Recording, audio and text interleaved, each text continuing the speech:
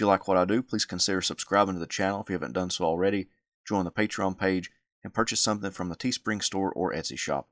Every little bit helps. Thank you.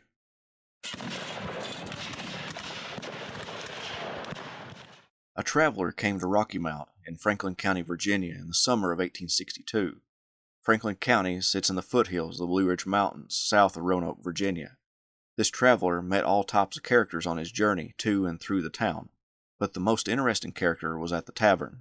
Sitting in a comfortable chair regaling people around him with war stories was a man who possessed shoulders as stooped as those of a man far older, piercing dark eyes, thin grizzled hair and beard, a handsome sculpted nose, pursed lips, and thick-set jaws communicated determination and an appearance of profound self-confidence. The general habitually wore a large white slouch hat. In the field or in cool weather was a long white overcoat that fell dramatically to his heels, and with his admiring throng about him on the tavern porch, he said things about his superiors, civic and military, and their conduct of affairs, sufficient to have convicted him 100 times over before any court-martial. That general's name was Jubal Early. He had been wounded at the Battle of Williamsburg on the Peninsula in May 1862 and was recovering in his hometown. Jubal's ancestors immigrated from Ireland to settle in Virginia, where they invested in an iron furnace. Jubal's grandfather, also named Jubal, purchased land to settle in Franklin County and had 2 sons, one of which was Joab. Joab and his wife Ruth were married in 1812, and in 1816 Ruth gave birth to their third of 10 children, a boy they named Jubal after Joab's father, and to stay in the tradition of giving children names with their first name beginning with a letter J. Jubal's mother's ancestry came from Scotland, having left Scotland after being on the losing side of the Battle of Culloden. Since coming to North America, her family had become some of the principal slave owners in the county next to Franklin County. Joab himself at one point owned 1,000 acres of land, which he grew corn, hay, and the biggest cash crop in the area, tobacco. Joab had been orphaned when he was an infant, when his father passed away and his mother was unable to take care of him. He was placed under the guardianship of a neighbor, which may have prompted him to shower his own children with love and attention he never got from his father. Jubal and all his brothers and sisters got an education, the girls going to boarding schools, while Jubal and his brothers attended a local one-room schoolhouse for their initial education. Then they were sent to schools in Lynchburg and Danville. While at home, the family would go to horse races, a social pastime, and even enter their own horses into the races. When Jubal was 16, his mother passed away, which he called the source of the deepest grief for her immediate family. Also in that year, Jubal began the process in applying to West Point Military Academy. His congressman sent the required application to the Secretary of War, Lewis Cass, and a flood of letters attesting to the young man's aptitude in science and mathematics, as well as his foundational knowledge of both Latin, Greek, and a little bit of French. He was accepted into the academy and entered it in June 1833. He journeyed to New York City, then by steamboat up the Hudson River to the academy. Jubal loaded his luggage into a horse-drawn cart and immediately got hazed as a potential cadet. First thing that happened was he was robbed of all of his money in his pocket. Then he was issued his equipment, a blanket, a tin dipper, and a wash basin, candles, and a supply of stationery, and a few other items. Cadet instructors barked orders at him and the other plebes, then ran them through drills and math exercises. After passing an entrance exam, which Early aced, the summer encampment began, where cadets suffered the rigor of Army life, performing guard duty, and ran through drills until they were ingrained in their memory. Inspections and parades filled the day, with firing, tactics, and artillery drill. When the summer encampment was over, the cadets entered their barracks and began formal classes in mathematics and French. By the end of the first year, Jubal was ranked 11th in his class. What wasn't outstanding was his conduct. He stood 203rd in the entire student body of 242 cadets. Jubal racked up 142 demerits in his first year. He admitted later, "I was not a very exemplary soldier. I had very little taste for scrubbing brass, and cared very little for the advancement to be obtained by the exercise of that most useful art." His irascible attitude also made it hard for him to make friends. Early even contemplated quitting West Point. He told his family about his plans, and his brother Samuel wrote back that yes, $1,000 a year for a lieutenant was poor pay, but Samuel believed Jubal should stay in the academy and complete his expected service, then leave for better things. He pointed to the fact that he could become a civil engineer after leaving the Army and make a good living, or he could become a lawyer like himself. Both seemed more profitable than any Army career, where promotion was hard to come by. In early second year, his conduct was worse, with him being 223rd out of 240 cadets. Some of this probably came from an incident with another cadet, Louis Armistead. One day, Early made a scathing remark at Armistead on the parade ground, and the squabble continued while the two ate lunch. Eventually, Armistead would break a plate over Early's head and be dismissed from the academy. While Early was at West Point, the fires of war were stoked in Texas, with the Texas War of Independence. Early asked his father for permission for an expedition to Texas so he could win military fame, writing, "My dear father, will you not let me go? I do not believe I shall become a Bonaparte or a Bolivar. I have no such ridiculous idea, but I believe that I can gain some fame. At least I wish to make the attempt, and I believe I can gain the confidence of the Texans by taking part in their cause now, and reap the reward of my exertions after their independence is established. There will be no established characters to contend with. All will be new, and the road to civil distinction will be open and easy." He spoke of Texas's right to secede from the Mexican government, and declared that liberty had been driven from the old world, and the only asylum for it is in the new. If it cannot find one there, where can it find one? Early's fire for fighting for the Texans died down, and he continued at West Point, but he racked up 196 demerits in his second to last year. One evening, Early was in the audience during a debate put on by the Debate Society. The topic was slavery. One of Early's classmates, Joseph Hooker, was representing the side against slavery, and in his argument, he stated that slave owners killed their slaves after they got past a certain age. Early stood up and said that was a total lie, then sat back down. After the debate, he approached Hooker outside the building and kicked him, but Hooker didn't fight back.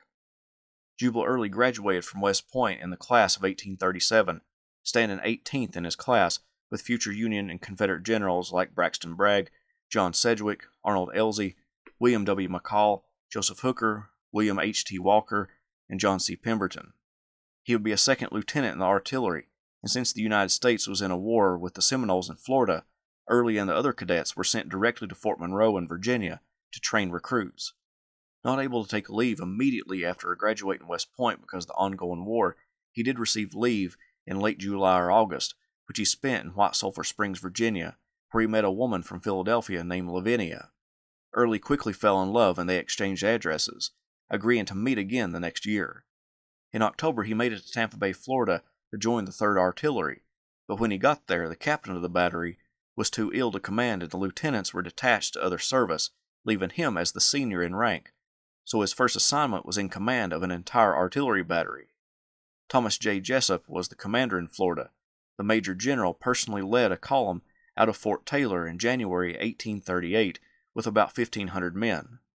The going was difficult. The column had to cut its own road for guns and wagons through dense stands of hardwood called hammocks, bypassing cypress swamps and traversing stretches of pine flats interspersed with nearly impenetrable growths of saw palmetto. The men, many barefooted, had their clothes torn and their flesh lacerated by the saw palmetto, and in places they marched up to their waists in water. Early's first battle happened on January 24th, when the group attacked some Seminoles in a hammock. Early admitted that during the battle he heard bullets whistle by, but none came near him, and he didn't see a single Indian during the whole engagement. By the end of the day, 7 soldiers were killed and 30 were wounded. Upon the return of the expedition, Early found a letter that connected him to the world outside of Florida. It was from a friend, but it was about Lavinia, the Pennsylvania girl that Early met at White Sulphur Springs. To get under Early's skin about Lavinia, he wrote a description of his time with Lavinia. "By the way, I find you have taken up seriously my suppressed intention of becoming your rival for the beautiful creature hinted at above. Don't be alarmed, comrade. I consider your ground too sacred to undermine you. But don't come at me with pugnacious intent, because I assert my admiration of her. I took her out in the moonlight and descanted most poetically on starry heavens, night-bird songs, balmy breezes, etc., etc., then wound up by portraying a certain distant lover sleeping on the cold soil of Florida, wrapped up in his cloak and his glory, dreaming of sweet home and his sweeter Lavinia. Need I say that I found an attentive audience?" In the spring, Early sent off his application to resign from the army and ask for a leave. hoping to go to White Sulphur Springs and meet Lavinia again. When he got to Louisville, he read in a newspaper that he had been promoted to first lieutenant. Years later, he believed that had he been promoted before he had sent in his resignation papers, then he would have stayed in the Army. It was also on his journey while on leave that he found out that Lavinia had gotten married to someone else. Early officially left the Army and returned to Franklin County, and probably because of his brother Samuel's profession and guidance, decided to become a lawyer. He was 23 now and began this pursuit, but being a lawyer was not a road that would lead to great wealth, at least not initially. He studied and passed the bar, and as a junior law partner took on small cases like small amounts of debt owed to people and handled wills and deeds. It wasn't something that would make him a lot of money, and he didn't seem to care much. He kept poor records about who owed him money and how much, and he was more than helpful with poorer clients who couldn't provide much. Early himself admitted that he didn't have a talent for speaking and was never blessed with popular or captivating manners, and the consequence was that I was often misjudged and thought to be haughty and disdainful in my temperament. Like most lawyers, he wanted to run for office, which would increase his standing in society as well as might bring in more money through his practice. In 1841, he ran as a Whig and won one of Franklin County's seats in the Virginia House of Delegates. When he went for his session, he was the youngest legislator in the group. Plenty of small matters took place in the session of the legislature. As a Whig, Early followed the party platform for supporting protective tariffs to safeguard American businesses against imported goods from other countries and supporting funding for infrastructure. The delegates voted to support a loan to the Richmond, Fredericksburg, and Potomac Railroad. They also approved of the forming of a new militia cavalry company. Another military matter that the delegates needed to deal with was an appropriation bill of $1,500 to their state military academy, the Virginia Military Institute. A bill was put forward to repeal the law giving the institute that money. The superintendent of the academy wrote to Early declaring that the money was to be used to build housing for about 150 new cadets, and he also complained that the salaries for professors were too low for those instructors to feed their families and something needed to be done. The next year, Early lost his election bid to his legal preceptor, Norborne Tolliver, a Democrat. Tolliver eased Early's feelings about the loss by helping him get his old position as prosecuting attorney for Franklin and Floyd counties. In the election of 1844, Early voted for the Whig, Henry Clay, even though Whigs in general opposed American expansion, which Early was eager to join when Texas was annexed and the war with Mexico seemed certain. When Virginia began calling for troops, Early joined them, being made a major of volunteers, the third highest ranking officer in the Virginia regiment. His overall commander was a War of 1812 veteran named John Hamtramck, who didn't care to stay with his men. When Early and the regiment made it to Fort Monroe, Hamtramck's absence and the lieutenant colonel's absence resulted in Early taking command of the regiment, training new recruits, and attempting to uniform the men who enlisted, hoping to be issued uniforms immediately. The uniforms were delayed, and thus many of the men had to remain in the clothes they enlisted with, and one man died of exposure. The officer's absence made Early dislike his commander. When the regiment was ordered to the mouth of the Rio Grande, Hamtramck again left the regiment, and instead of going with them on a winter sea voyage, decided to take a more pleasant riverboat ride down the Ohio River, then the Mississippi to New Orleans. That left Early with the job of getting his men on the transports. Early did make a friend during this time, the regimental quartermaster, Captain James Kemper. When Early quarreled with the post assistant adjutant general, he was evicted from his living quarters at Fort Monroe. Kemper, who lived off post, invited Early to live with him until the embarkation. When Early left with the regiment on March 1st, Kemper and the others saw another side of Jubal Early. To make sure that he got as many men on Mexican soil as possible, he roused a man out of his sick bed in the hospital and forced him to board the transport. The horrible voyage did result in the death of 2 soldiers who were buried at sea. It's not clear if one of those was the gentleman Early roused from his sick bed. When the Virginians reached the Rio Grande, they found that Zachary Taylor had just fought the Battle of Buena Vista, and most of the combat was taking place farther south, as General Winfield Scott led his American army on a campaign to capture Mexico City from Veracruz. Nevertheless, the Virginians moved out about 50 miles inland. Then Early led the regiment to Monterey. When he arrived at that town, he met for the first time the commander of a Mississippi regiment named Jefferson Davis. Davis had been wounded at the recent battle and was recovering. The 2 men shook hands and exchanged pleasantries. Soon after arriving and meeting General Zachary Taylor, Taylor named Early the military governor of Monterey. Taking care of camp hygiene was one of Early's strictest orders, and he admitted that he was one of the least popular men in and around Monterey because of his orders keeping the men healthy. However, he believed by the end of the conflict that the men came to appreciate his abilities and his caring for their health. Despite his strict rules about hygiene, illness went through the camp. One of the sick men was 17-year-old Moses Noble from Rocky Mount, Virginia. To help the poor boy, Early let him have his own cot, while the major slept on the floor of the tent until the young man recovered. The Army would soon move to Buena Vista, a better location for the Army because of the healthier environment. However, he wouldn't stay there long. By October, he was suffering from an onset of arthritis and suffered from it for the rest of his life. This resulted in him returning home on sick leave. He stayed in Virginia's Kanawha Valley for those 3 months with his brothers and father, then headed back to Mexico in the new year, but he barely made it alive. He took a steamboat down the Ohio River, and as he slept, the boiler blew up, a common occurrence in the 19th century. Shards of boiler ripped through his room's floor and burned Early's feet as he attempted to extricate himself from the room. The passengers huddled on what was left of the deck until they could get ashore and into shelter. Miraculously, Early's arthritis got better, but he admitted, "I would not advise blowing up in a western steamboat as an infallible remedy." The Mexican War was over by the time he returned to Mexico, so he and his men boarded transports for their journey back to Fort Monroe.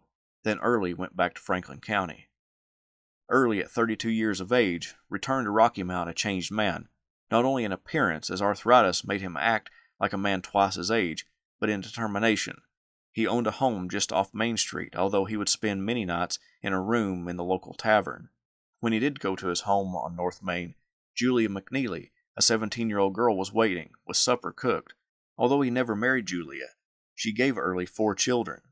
Early was never ashamed of fathering the children out of wedlock. Quite the opposite. He gave all of them his last name, and he even named one Jubal after himself. One of Early's biographers attempted to explain the Virginian's mentality towards his unique arrangement. Self-preoccupied, vulnerable, and standoffish, Jubal suffered perhaps more than the usual bachelor's loneliness.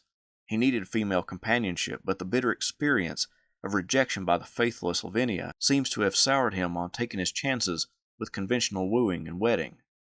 On the other hand, an unconventional connection with a woman of lower social standing, implicit in her acceptance of the arrangement, gave his egocentric soul plenty of scope. It allowed him as much control as he would have had in marriage, and perhaps most important, it did not force him to commit himself emotionally as would a relationship with someone of his own class. What he had decided was right he seemed to be declaring, and was therefore beyond criticism. The affair was nobody's business but his own. He wanted the world to see that he cared nothing for what most people thought of him. If there were busybodies and blue noses in town who did not like what he was doing, so much the worse for them. In 1851, Virginia ratified a new constitution which made prosecuting attorneys an electable position, not one by appointment, but Early won the election and remained the county's prosecuting attorney. In that role, in 1851, Early came to represent a woman in a suit against her husband. Cassandra Choice had been married, but her husband had passed away. In her household was a free black woman named Indiana, who stayed with her and helped her as a friend after Cassandra's husband's death. Cassandra then got married to a man named Gresham.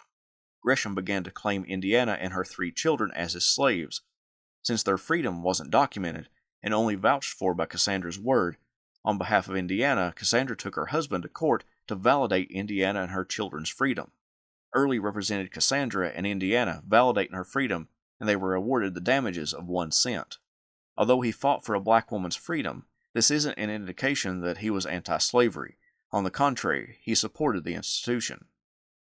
In November 1860, Abraham Lincoln was elected President of the United States, infuriating many in the South, and by December, one state, South Carolina, left the Union. Secession conventions throughout the South led to Mississippi, Alabama, Georgia, Florida, Louisiana, and Texas to leave as well. Virginia called their own secession convention in February 1861. Jubal Early was elected as a pro-Union delegate from Franklin County, and the Unionists held a majority going into that convention.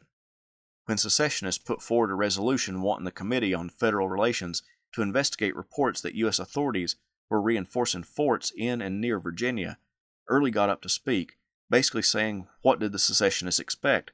The United States and the President had the full constitutional right to protect public property. These debates would rage for months. After Lincoln's inauguration and inaugural address, secessions were again enraged at the words coming from the new president. As the months went on, Early had more trouble fighting for the Union as more moderates switched the secessionist side. Early got up before the convention and admitted that he didn't like Abraham Lincoln's stance on slavery, but he was willing to see if Lincoln would ensure the right to Southern slave property. Early declared the Union the fairest fabric of government that was ever erected and shouldn't be torn apart. On April 12th, the day that Confederate forces fired on Fort Sumter, Early got up before the convention and addressed them on behalf of non-slaveholders of Virginia. So far, the secessionists advocated for secession because Lincoln and Northerners threatened the institution of slavery. Early stood up and reminded them that breaking away from the North would hurt them economically, both slaveholders and non-slaveholders. So to break away because of threats to slavery would do an injustice financially and economically to those who didn't own any. He stated, "But the object of my rising is to make some remarks with regard to an interest which is the peculiar interest of my section of the country. I mean the tobacco interest. In an agricultural and manufacturing point of view, if you were to take the remarks of the gentlemen from that section of the country who have spoken as indicating what is the real interest of that section upon this subject, you would suppose that all our interests lay to the South, that we had no interest upon this subject in any connection with the North or Northwest. Now, sir, I come from a tobacco-raising country. I come from a county in which not only the slaveholders, but the non-slaveholders also are engaged in raising tobacco. Gentlemen will pardon me for using the term non-slaveholder here upon this floor, but I desire to protect every interest in this Commonwealth. Gentlemen will excuse me for expressing the opinion that a man who does not own a slave is as good as the man who does own one, other things being equal.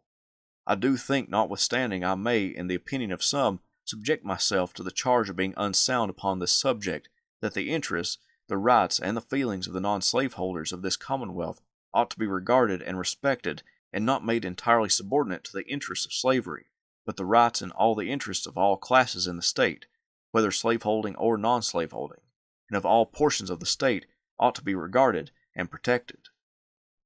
The convention went into a secret session on April 16th, closing the doors to the public. During that moment, Henry Wise, the former governor of Virginia, rose and took out a pistol from his coat and laid it down before him. He began to speak in a denunciatory manner at the convention for not showing the support for secession that he felt they should demonstrate. Then he took a watch out of his pocket for added effect and declared that events were already in motion. Then Wise led the secessionist side in a declaration that they had organized forces poised at that moment to take over the arsenal at Harper's Ferry and the naval yard at Norfolk, Virginia. This caused the Unionists and their allies to lose their composure.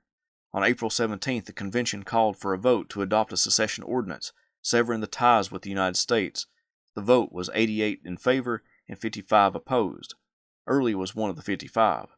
He stated that he found it exceedingly difficult to surrender the attachment of a lifetime to that Union which I had been accustomed to look upon, in the language of Washington, as the palladium of the political safety and prosperity of the country. Now the vote went to the people. By popular vote, the citizens of Virginia would vote for or against secession. They voted in favor of leaving the Union. Only then, as a member of the convention and agreeing to go with the majority, did Early sign the ordinance, even though he didn't agree with secession. Now that Virginia had left the Union, he put his entire support behind the state, saying, "As we are now engaged in this contest, all my wishes, all my desires, and all my energies of my hand and heart will be given to the cause of my state. Whether we have the right of secession or revolution, I want to see my state triumph." The state of Virginia gave him a colonelcy in the state's armed forces, but even though he joined his state after seceding, he still took jabs at open secessionists through the upcoming war. He had been a Union man, and he was determined to let everyone know it.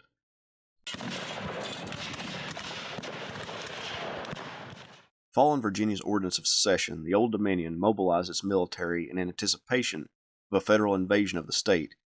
Men came from all walks of life to enlist in Virginia's army, and Jubal Early was eager to take part in the conflict. However, he didn't look like a military man. As one of his biographers explained, his attitude showed in his dress, which was determinedly civilian.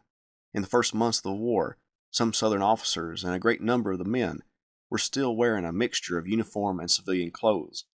But Early's mode of dress was not only downright unmilitary, it was not even the garb of a lawyer or other man of importance in civil life.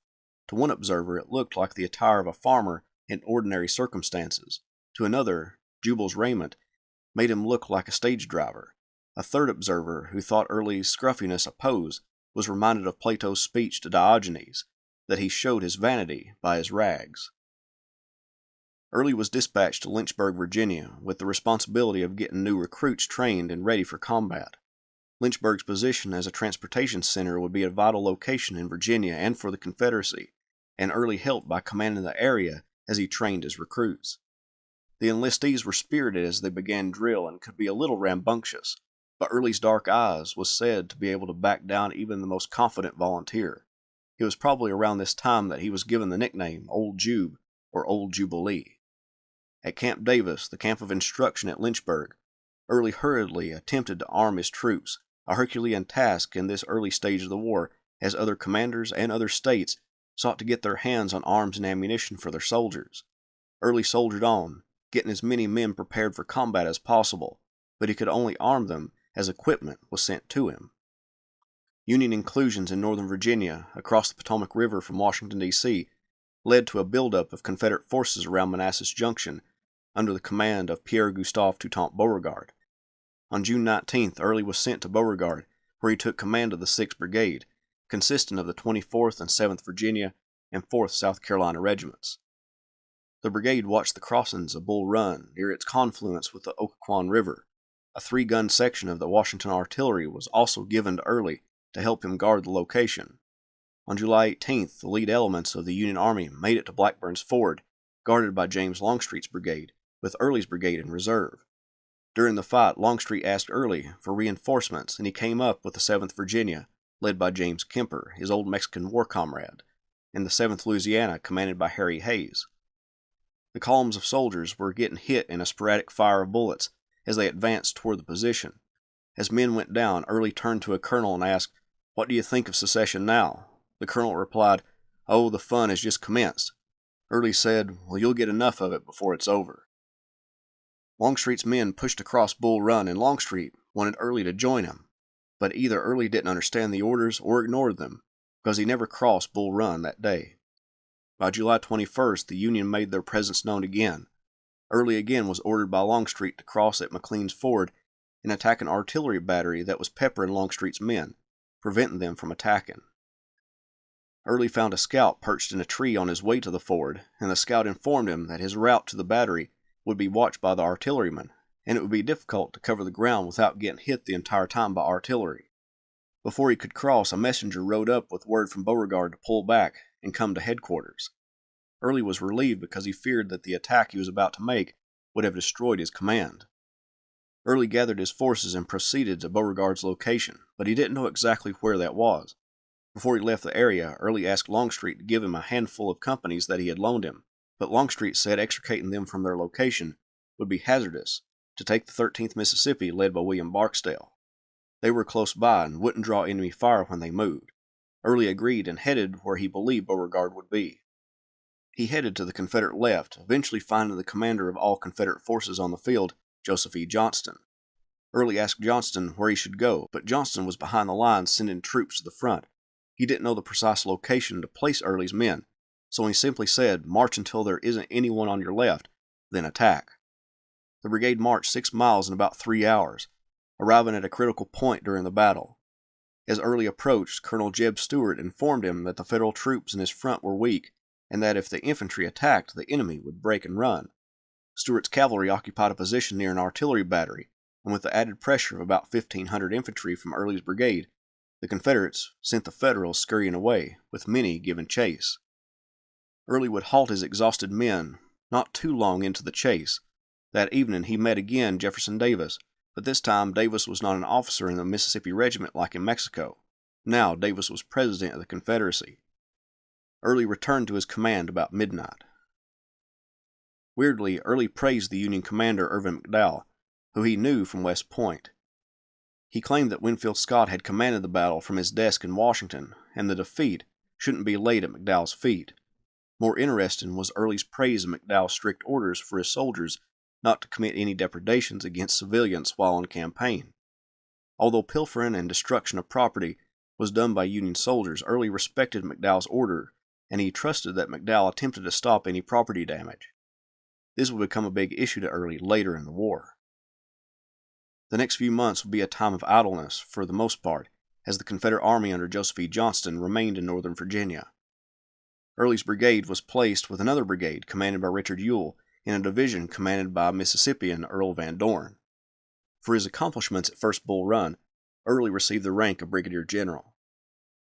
The brigade moved camps multiple times over the winter of 1861 into 1862, and every time Early got more irritated at the time it took for the move, mostly because of the huge amount of personal baggage kept by officers and men alike. He attempted to show the men that a light load would be better for them in the long run, but they weren't willing to do without their superfluous supplies. Another thing that Early tried to end was wives going with their officer husbands on campaign. Early felt that wives distracted his officers in the making of war, and he also felt that it wasn't right that officers got to have wives along while men in the ranks didn't. He tried issuing orders to get women out of the camp, and it worked for the most part, except for what he called the more annoying of the wives. Early was an irascible man, and one story came out at this time that is unconfirmed but seems to go along with Early's attitude and manners. At a luncheon for the Marylanders who were coming into the Confederate Army, the ladies of Maryland presented flags to the regiments, and during the meal a toast was suggested in honor of Bernard B., Francis Bartow, and C.F. Fisher, dead heroes of the First Battle of Bull Run. Early objected on the grounds that no Virginian was being toasted. The crowd became angry and took sides, but were eventually calmed down. Early left and remarked, "Didn't I stand up for old Virginia?" In April 1862, Early and his command, now made up of the 24th and 38th Virginia and the 5th and 23rd North Carolina, marched to the Peninsula in Virginia to report to General John B. Magruder to defend against Union Major General George McClellan's push up the peninsula to take Richmond. Early was stationed near Williamsburg with the 2nd Florida Regiment and the 2nd Mississippi Battalion temporarily assigned to the brigade. The brigade was attached to the North Carolinian Daniel Harvey Hill's division and remained in reserve. When a brigade of Union soldiers under Winfield Scott Hancock took command of an abandoned Confederate artillery position on the left flank and began shelling the Confederate position with artillery, Early and his brigade were dispatched to deal with Hancock's troops. Hill, the division commander, would lead the North Carolina units, while Early led the Virginians. In a tangled undergrowth of the woods on the left flank, the regiments got separated, leaving only one Virginia regiment and one North Carolina regiment to make the attack. Early's Virginians struck the position first. Early avoided the artillery shells, but in the attack, a bullet slammed into his shoulder and another slammed into his neck. The musketry partially blinded his horse as well. Early moved to the rear and was going to attempt to dismount, but realized that the movement was too painful, and that if he dismounted, he probably couldn't remount his horse, so he remained in the saddle. The attack fell apart and the brigade went back into the woods. The wound to his neck wasn't significant, but the shoulder wound was much more serious, the bullet having entered one shoulder and traveled to the other. As long as infection didn't set in, he would just be sore and make a recovery. He first went to a hospital, then traveled to Richmond, and stayed in the American Hotel before traveling back to Franklin County. He stayed there not quite 2 months before pressuring a doctor to allow him to return to service. He got to Richmond amid the 7 Days Battle and joined the command of Stonewall Jackson just before the Battle of Malvern Hill. Brigade Commander Arnold Elzey had been wounded at Gaines' Mill during the 7 days, and Early took command of his forces into the division commanded by Richard Ewell. As Early and his brigade were maneuvering to attack Malvern Hill, they came to a creek where they encountered the division commander Ewell. Ewell put the brigade in command of the lieutenant colonel who commanded the lead regiment, then told Early to follow him, taking him out of the battle. By the time Early made it back to his brigade, it was after 9 p.m., and the men, suffering few casualties, slept on the field. It was an odd moment in Early's military career thus far, and for the battle, no one can point to why Ewell took the brigade commander away from his men.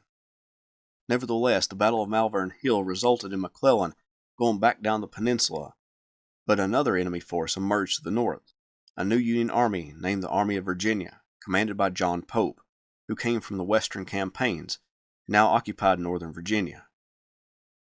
Pope claimed that in the West, we have always seen the backs of our enemies. Ewell allegedly responded, "By God, he'll never see the backs of my men. Their pants are out at the rear, and the sight would paralyze this western bully." Early and his brigade proceeded north under Stonewall Jackson's half of the newly named Army of Northern Virginia. Near Gordonsville, Early felt strong enough about the possibility of being replaced that he wrote to General Robert E. Lee, commander of the army, about his position.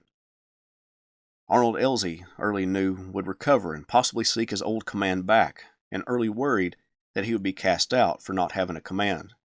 His old command had been divided up, and under Confederate law, at the dissolution of the brigade, the commander essentially lost their command, and he feared he wouldn't regain one. Lee wrote to him a soothing message stating that Elzey would be entitled to his command if and when he returned, but surely you would be considered entitled to another command. Confidence in your zeal and ability has been increased instead of diminished by your service, and that honorable wound you received at Williamsburg in the defense of your country is viewed as a badge of distinction and claimed for higher consideration instead of crime as you suppose. With Early's fear assuaged, he was prepared to lead his brigade into battle with confidence. Jackson moved north to find Pope and his army. Richard Ewell's division containing Early's command was in the lead as they approached Cedar Mountain. Federal cavalry could be seen in the distance guarding a ridge. Jackson told Ewell to move Early's brigade forward and use the other two brigades to swing over Cedar Mountain and hit the Federals in the flank. Early waited as instructed for word from Charles Winder, the commander of the division right behind Ewell, that he was prepared to move forward in support of him. When word came that Winder's division was on the move, Early pushed his men against the Union skirmishers and took a position on the ridge formerly occupied by the enemy cavalry. Union infantry lurked in the cornstalks of a field in his front, but just out of rifle range, so Early waited. His brigade was the only one in the field, but Winder's men came up and the rest of Ewell's division got into position. All of a sudden, a battery of heavy artillery galloped up on Early's left. They didn't see the enemy infantry in the cornfield and began to unlimber their guns. Irritated and scared for the safety of the guns, Early grumbled as he switched his plug of tobacco from one side to the other, then ordered his men forward to save the artillery from certain annihilation. The infantry got to the guns in the nick of time, sending the enemy back into the cornstalks. However, Early got a glimpse of the approaching enemy. Their battle line overlapped his own. Soon some of Winder's brigades approached the field and the roar of musketry was heard far and wide. The rebel battle line began to break, including those on Early's left flank. The leader of the 12th Georgia on his right flank, a 65-year-old captain named William F. Brown, endeared himself to Early when Early ordered him to hold at all hazards, and Brown's reply was, "General, my ammunition is nearly out. Don't you think we had better charge them?"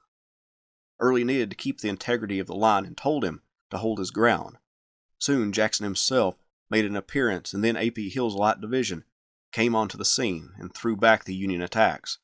As Early would state about battles, people forget that but for the troops whose obstinate fighting enabled the fresh ones to come up in time, the day would have been irretrievably lost before the appearance of the latter.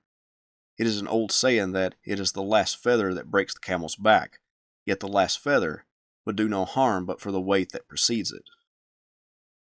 The first feature contributes as much as the last to the catastrophe.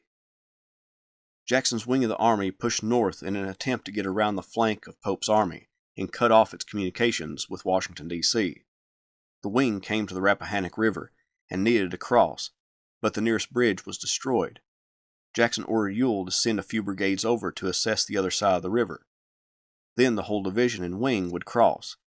Early's brigade crossed an old dam, but by dark the rains that fell all day flooded the river and trapped Early and his men on the north bank.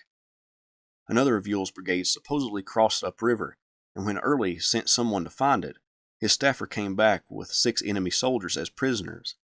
When the Federals attempted to take the staffer as a prisoner, the staffer convinced them that they were surrounded by 2 Confederate brigades and to be his prisoners. They agreed and returned to Early. If Union forces were that close, then the situation was perilous. Early hid his men in some scrub on the north bank and waited for word from Ewell or Jackson. At one point, a column of curious Union soldiers formed up and fired a volley into the scrub, but Early told his men to lay down and not say a word. The darkness and the lack of movement by the rebels convinced the Union men to leave, believing they had accomplished their goal. Finally, the waters receded, and word came that Ewell would cross his entire division, but Early quickly sent word to him and Jackson that the Union army was too close to make a crossing at that location. He advised that all the men on the north bank recross the river. Jackson took his advice, which proved to be right. Over 20,000 Union soldiers laid not far away from the crossing. Early moved his men across the river and won high praise from Jackson for his ingenuity and coolness under pressure. Soon the wing moved around Pope's flank and got into his supply base, helping themselves to all kinds of goods previously destined for the Union Army. Jackson's orders were to attack the communications and supplies, which he had done, then to draw him to battle when Lee and James Longstreet's wing got closer. Jackson moved his men behind an unfinished railroad cut as a defensive position to buy time until Lee and Longstreet could come up. Pope attacked Jackson along that defensive line, which became the Second Battle of Bull Run. During its opening phase, Early and his brigade were essentially detached from Ewell's division, now commanded by Alexander Lawton, when Ewell was badly wounded in the leg, requiring amputation. Early guarded the far left flank of Jackson's line. Then when Pope began to attack the left flank commanded by A.P. Hill's division, Early maneuvered back across the battlefield to support the division. Hill's men began to run out of ammunition, and some regiments began to fall back, unable to stem the tide of Union soldiers attacking their position.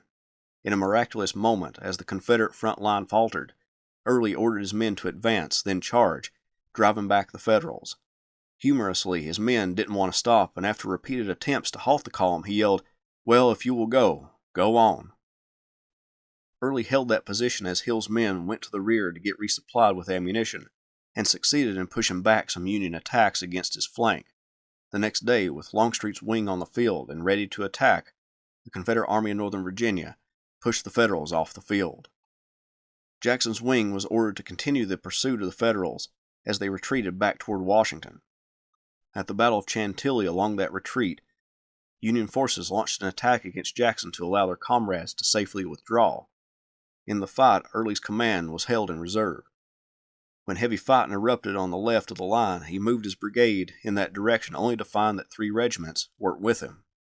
When he found them, they were fighting near the center of the line when some Louisiana soldiers broke under the weight of the Federal attacks. The Battle of Chantilly ended, and the Union forces were able to get away.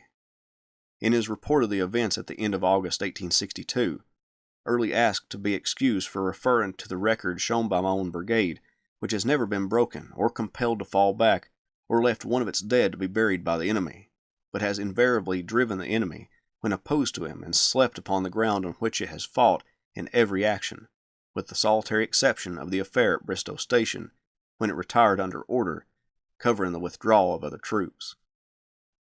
The Army of Northern Virginia moved into Maryland, where they found citizens less supportive of their invasion. Early and his command rested at Monocacy Junction, getting issued salt and flour before getting word that Lee ordered Jackson to capture the garrison at Harper's Ferry. As they marched through the Maryland countryside, Early's command went through the town of Frederick. The soldiers marched down its streets, and a little girl about 10 years old with her younger sister were standing alongside the road, waving a small United States flag, saying, "Hurrah for the Stars and Stripes."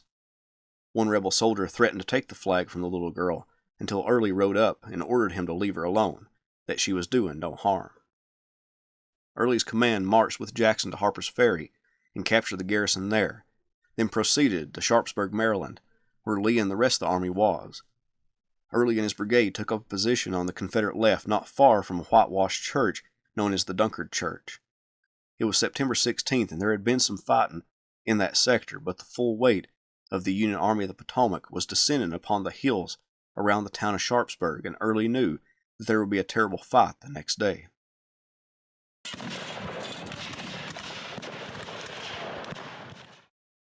On the morning of September 17, 1862, Jubal Early and his brigade was on the far left of the Confederate line outside the town of Sharpsburg, Maryland.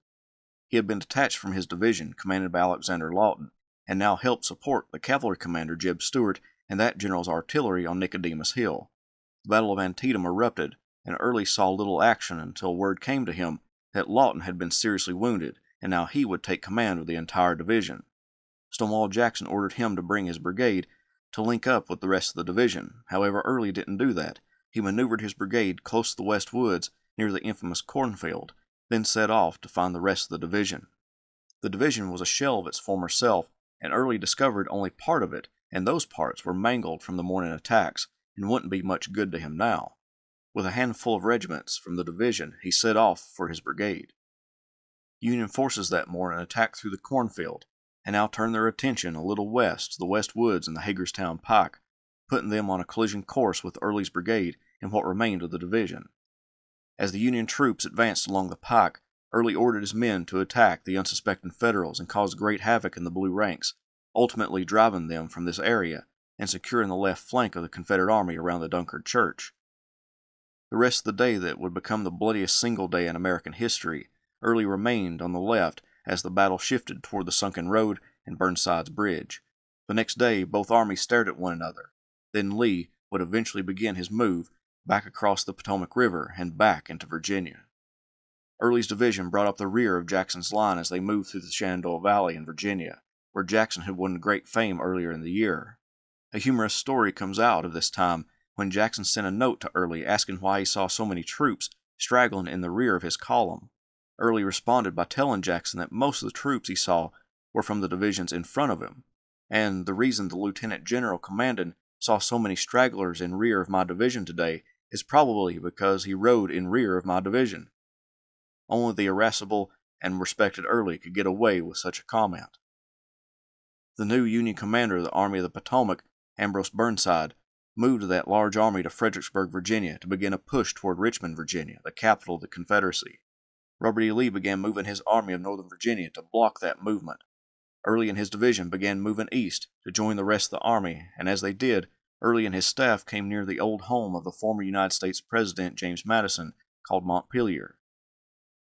The owner of the house, a Mr. Carson, invited the general and his staff to have dinner at the estate.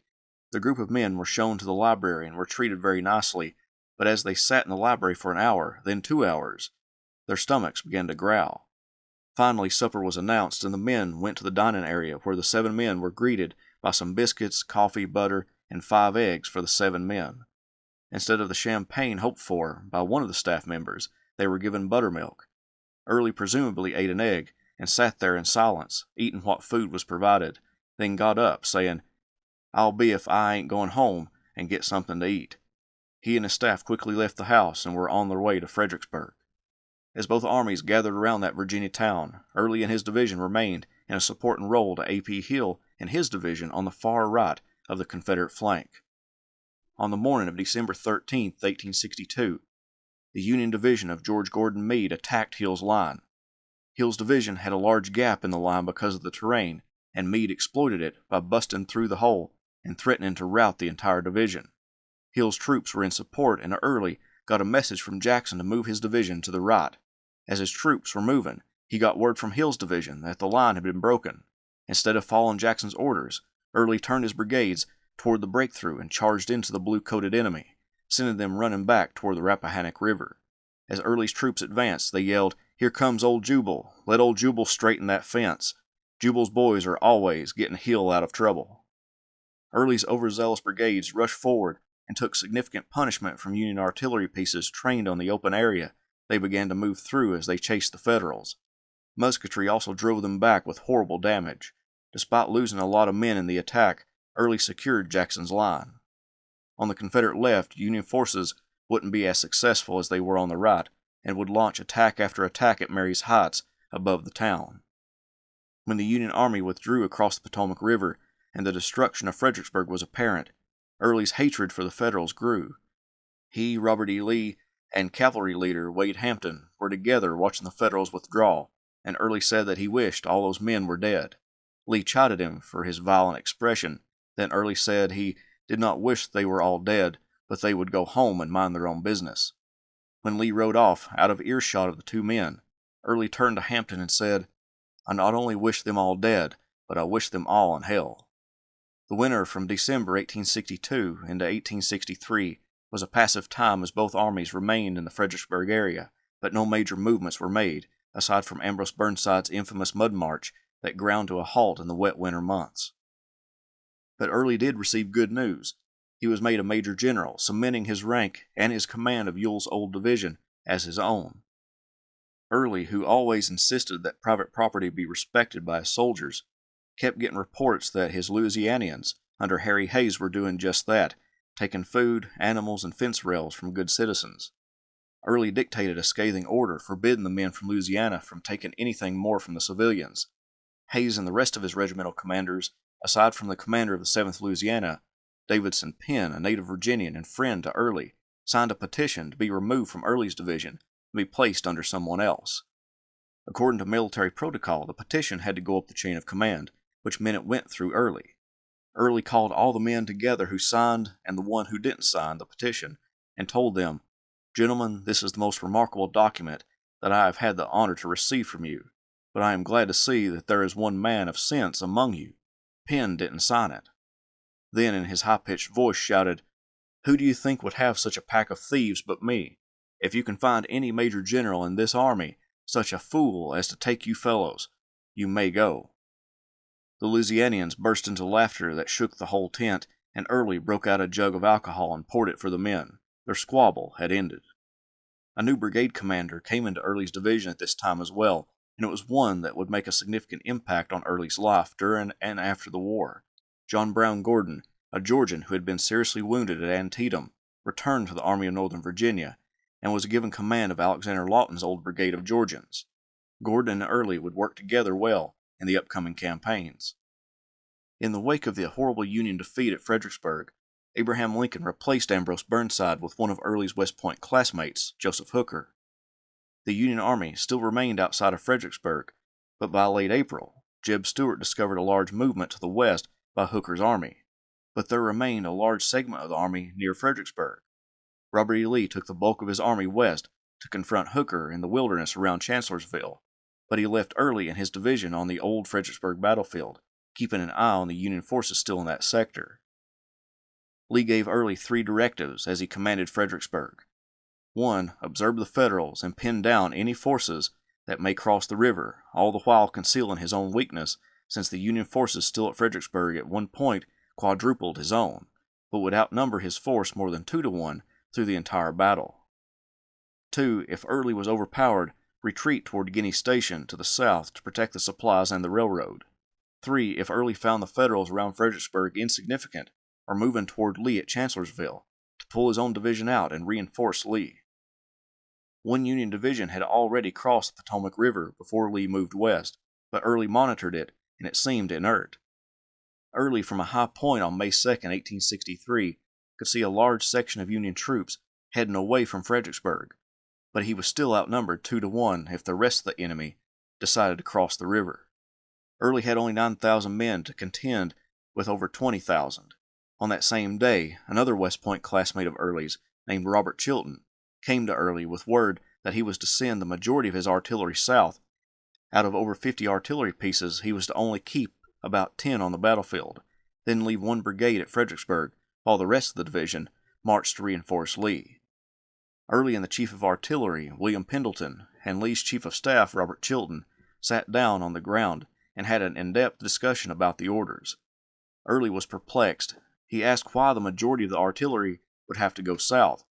Chilton explained that Lee couldn't use the artillery in the thick underbrush of the wilderness, so it would be better to save it rather than bring it west. Early believed that his presence was keeping a large segment of the Union Army occupied, which was doing Lee a great service. Nevertheless, these new orders gave no leeway for Early to interpret them differently than Chilton explained them. Then a messenger rode up and declared that the Union division at the lower bridgehead that Early had been monitoring had abandoned its position. In reality, they had only concealed themselves from view. This seemed to indicate that what Chilton was saying was correct. Still puzzled, Early and Pendleton agreed to follow the orders. Early began pulling his troops out of their positions and began marching them toward the west. He was doing this at the same time Stonewall Jackson was moving his corps to hit the Union Army in the flank at Chancellorsville, an attack that would result in him being wounded by his own men.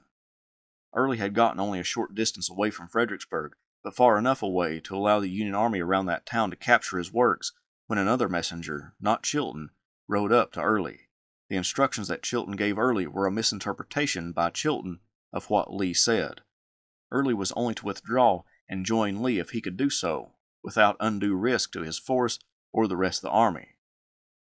Early began to curse Chilton unmercifully to his staff and what soldiers could hear him, but now he had a decision to make. Early assumed that the Federals had already taken the heights in his absence, and ordered a forward march toward Lee. After about 20 minutes, another messenger rode up from Harry Hayes, commander of the Louisiana Brigade, that he left at Fredericksburg. It informed Early that John Sedgwick, the Union commander in that sector, was now crossing his entire force across the river, and if he didn't receive help, all the artillery would be captured once the enemy pressed forward. One of the brigades under Early, but not officially part of his division, the Mississippians under William Barksdale, had already turned around upon word that Hayes needed help, not waiting for orders from Early. Early couldn't sit idle. He quickly reversed his columns and marched back to the heights around Fredericksburg to throw back any Union advance against the position. Early's subordinates kept their division commander abreast of all information regarding the advance of the enemy. In the early morning of May 3rd, Sedgwick began to attack Early's line. On his way to the left, word came that Hayes's men had been pushed back a great distance from Mary's Heights, but had inflicted significant damage to the advancing Yankees. Nevertheless, Early now had to pull his right back to Cox's Farm, where the rest of the division was. Two circumstances unknown to Early kept his division from being pursued and possibly destroyed. First, Hooker kept sending messages to Sedgwick to attack Lee's rear, so to move west, neglecting to follow up on his victory against Early. Now Sedgwick would need to organize for an advance against Lee, which would take time. Second, Cadmus Wilcox, commanding a brigade of Alabamians, was on Early's extreme left, but Early didn't command him. He was under direct orders from Lee. When Hayes told Wilcox to fall back with them, Wilcox declined the suggestion and, seeing Sedgwick approach his position, began to delay the Union commander. Wilcox's plan worked great, and he was able to hold off Sedgwick until Lee could send more troops to block the approaching Federals. As Lee turned his attention to Sedgwick with another division, Lee ordered Early to cooperate with Richard Anderson's division in smashing Sedgwick's force, but by the time that Anderson was ready to attack, it was late on May 4th, and although there was a little fight, Sedgwick recrossed the river during the night. Chancellorsville was a great victory for Lee, and Early played a significant role. One of Early's biographers explained, "The critical role Lee counted on him to play would have daunted all but a handful of senior generals in the army. Never truly perturbed, even at the worst time, the garbled orders, the loss of the heights, Jubal had to cope with a situation that was not only intimidating but highly complicated. It would not have been surprising if he had made mistakes, but he made no significant error." The victory at Chancellorsville came at a terrible loss in the death of Stonewall Jackson. He had been wounded by his own men and died of pneumonia a few days later. Robert E. Lee would reorganize the army after Jackson's death, making the newly arrived Richard Ewell, Early's old division commander, and A.P. Hill both corps commanders.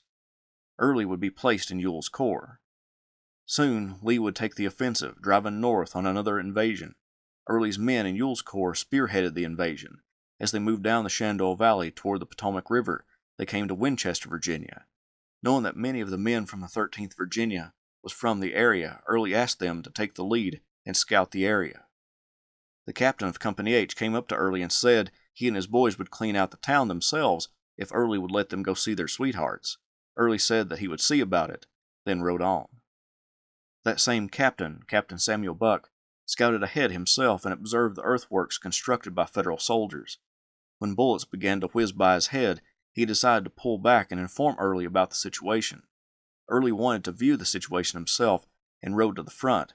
He wanted to get closer than Buck got, and Buck warned him about the danger, but Early asked him to remove the top rails of a fence, leaving the bottom so he could cross.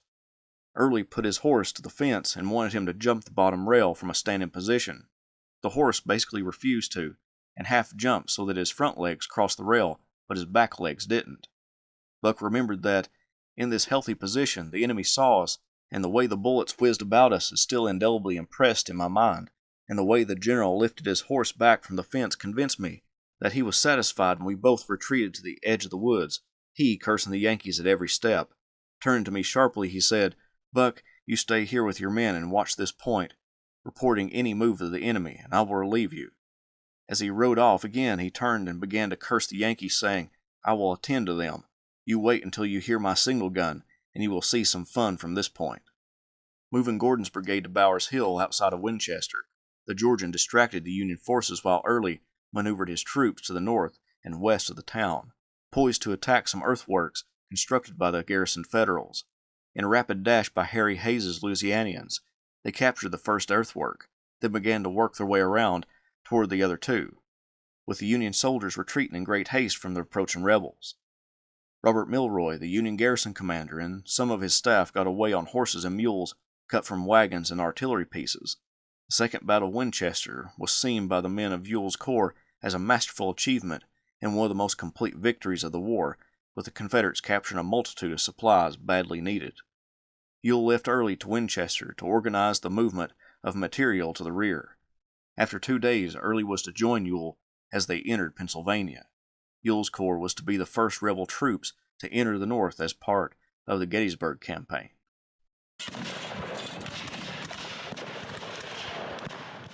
Jubal Early joined Richard Ewell's corps in Pennsylvania, moving through the countryside toward Chambersburg. Along the way, he passed fertile fields that had yet to feel the impact of a moving army, save for a few cavalry raids. Robert E. Lee, commanding the Army of Northern Virginia, gave strict orders to his soldiers in General Orders No. 72. It read in part that he didn't want his troops to imitate the barbarous outrages upon the unarmed and defenseless and wanton destruction of private property that have marked the course of the enemy in our own country. He wanted the troops to abstain with most scrupulous care from unnecessary or wanton injury to private property, and he enjoins upon all officers to arrest and to bring summary punishment to all who shall in any way offend against the orders on this subject. On June 24th, Early and his division were camped between Chambersburg and Cashtown. He found out that a local ironworks, the Caledonia Iron Works, was owned by the abolitionist Pennsylvania Congressman Thaddeus Stevens. Some of the Confederates, possibly with permission from Early, got supplies from the ironworks. On July 25th, Early rode to Chambersburg to meet with Ewell. It was there that Early received his orders for the next phase of the campaign, as directed by Lee. Early would take his division through the town of Gettysburg to York, Pennsylvania, where he would cut the Northern Central Railroad between Baltimore and Harrisburg. Then he would wreck the railroad bridge at Wrightsville. After that destruction, Early was to join the corps in the vicinity of Carlisle. Before Early moved from the area, he ordered the Caledonia Iron Works burned. In his autobiography, Early stated that it was an act of retribution. He stated, "The enemy had destroyed a number of similar works, as well as manufacturing establishments of different kinds in those parts of the southern states to which he had been able to penetrate, upon the plea that they furnished us with the means of carrying on the war, besides burning many private houses and destroying a vast deal of private property, which could be employed in no way in supporting the war on our part, and finding in many ways these works of Mr. Stevens, who, as a member of the Federal Congress, has been advocating the most vindictive measures of confiscation and devastation, I determined to destroy them." Despite ignoring the general orders by Lee, Early didn't receive any rebuke for his actions, at least not as far as we know. Days later, when Lee rode down the same road, the manager of the mill came to the general and said that the workers were now destitute, and Lee allowed them to get food from the Army's quartermaster.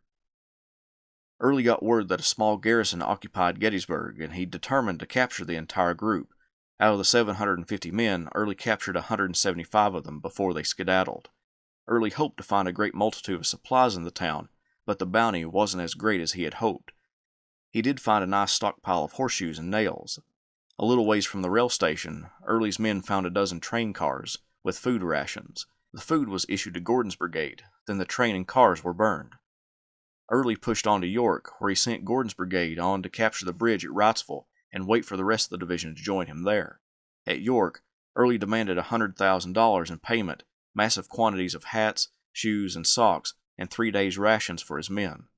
The town provided 3,500 pounds of sugar, 3,000 gallons of molasses, tons of fresh beef, bacon, and salt pork. The town couldn't gather the $100,000, but did give him $28,000 in greenbacks. Early pushed off from York toward the bridge across the Susquehanna River. He planned to go against orders and cross the bridge instead of burning it, mount most of, if not all of his men on requisitioned horses from the area, then attack Lancaster, then push towards Harrisburg, hoping to work with the rest of Ewell's corps in the capture of the capital of Pennsylvania. However, when he got to the bridge, the Pennsylvanians had already set it ablaze. When some of the flames leapt and caught the civilian houses on fire, many of Early's men formed a bucket brigade and helped to put out those fires to non-military buildings.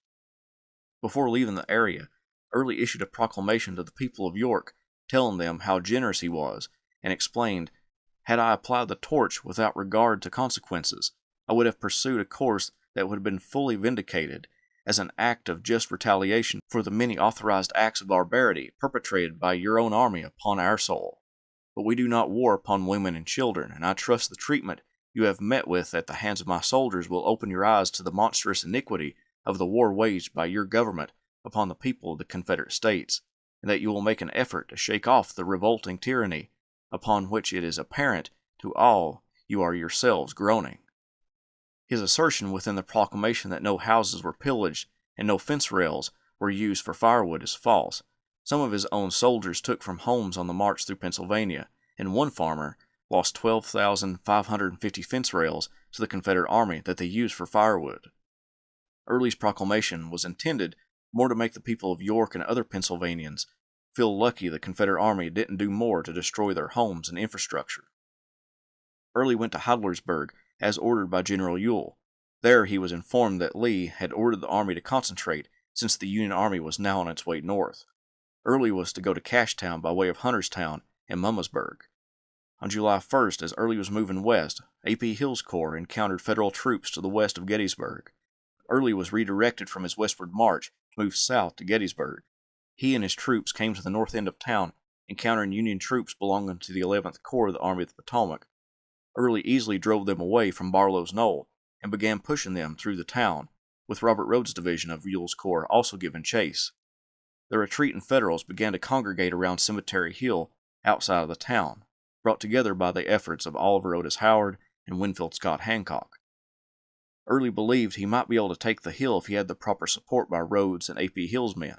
Hill's men were too bloodied to give any assistance, and Rodes' men suffered as well from the day's fight. Early's men were the freshest on the field, but that division was down to just 2 brigades. The other 2 were dispatched to deal with possible threats elsewhere. Early and Ewell rode to get a better look at Cemetery Hill and came under fire from Union sharpshooters. A bullet hit Ewell's wooden leg, which he lost in the fight at 2nd Manassas. John Brown Gordon asked if the corps commander was hurt. Ewell said, No, I'm not hurt.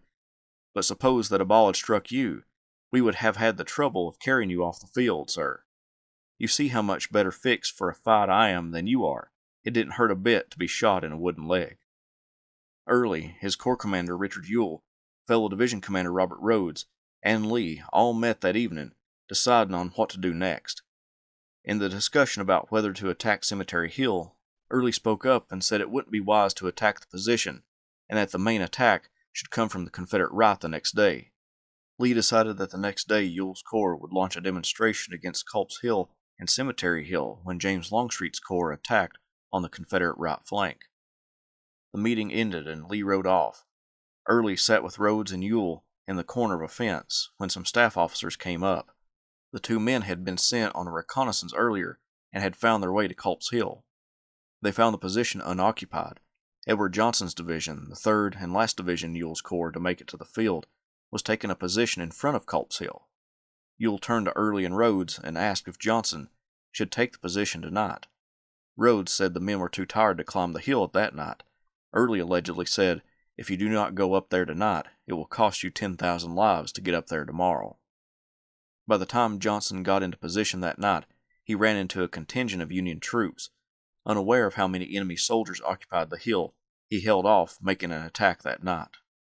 On July 2nd, Longstreet's attack didn't begin until late in the afternoon. Ewell, therefore, didn't order his men to attack until about 6:30 p.m. Early's 2 brigades would attack Cemetery Hill. He was supposed to attack in conjunction with Rodes' division, but when the assaults were underway, Rodes never attacked the hill like Early. Early's 2 brigades gained initial success, capturing significant ground despite heavy casualties. However, the Union rallied and brought reinforcements to the area, throwing Early back. On July 3rd, Early didn't participate in any massive attack. Skirmishing was Early's only role on the 3rd day at Gettysburg. When the battle ended in a defeat for the Confederacy, the Army of Northern Virginia moved back across the Potomac River into Virginia.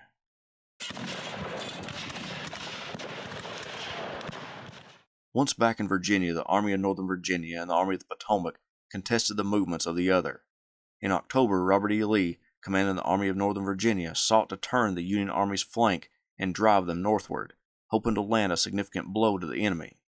What resulted was the Bristoe Station Campaign.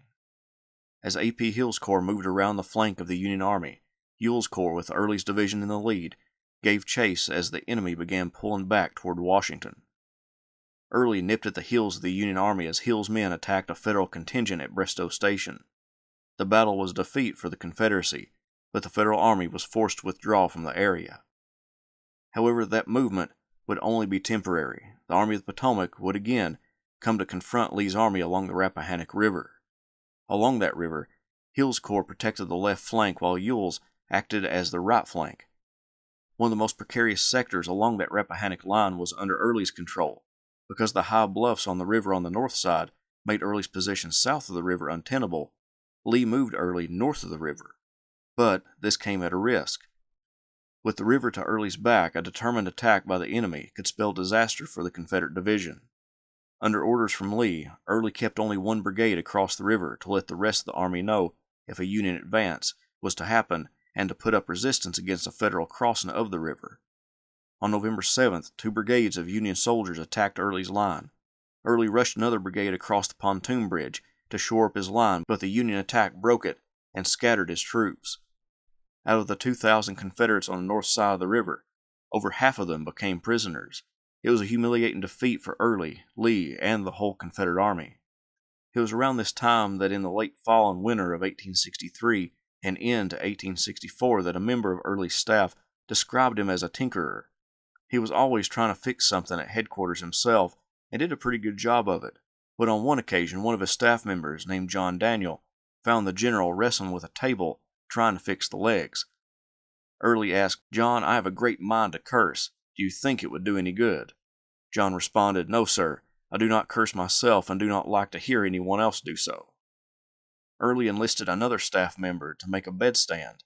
The staffer remembered, "We cut some pine poles and made the legs, then nailed them together with some planks, and then in Robin Crusoe fashion we cut some cedar poles and made a spring bottom to it." He calls it his patent night cottage bedstead. In late November and early December 1863, the Army of the Potomac began to launch a winter offensive against the Confederates. George Meade, the Union Army commander, was spurred by Washington to move against Lee's army. The resultant campaign would be called the Mine Run Campaign. During this campaign, Ewell would go on sick leave, and this raised Early to temporary corps command until Ewell returned. When the Union Army moved across the Rapidan River, Early sent his corps against the Federal troops in an attempt to block them. When Union troops threatened to get behind him, he sent Edward Johnson's division to deal with them. The tangled mess of the wilderness prevented any visibility beyond a few yards, and Early was unaware how the fight was going along his line. When Johnson pushed back the Federals in his sector, a lull crept over the battlefield. Lee, in an odd moment, didn't pursue the Federals as aggressively as he normally would.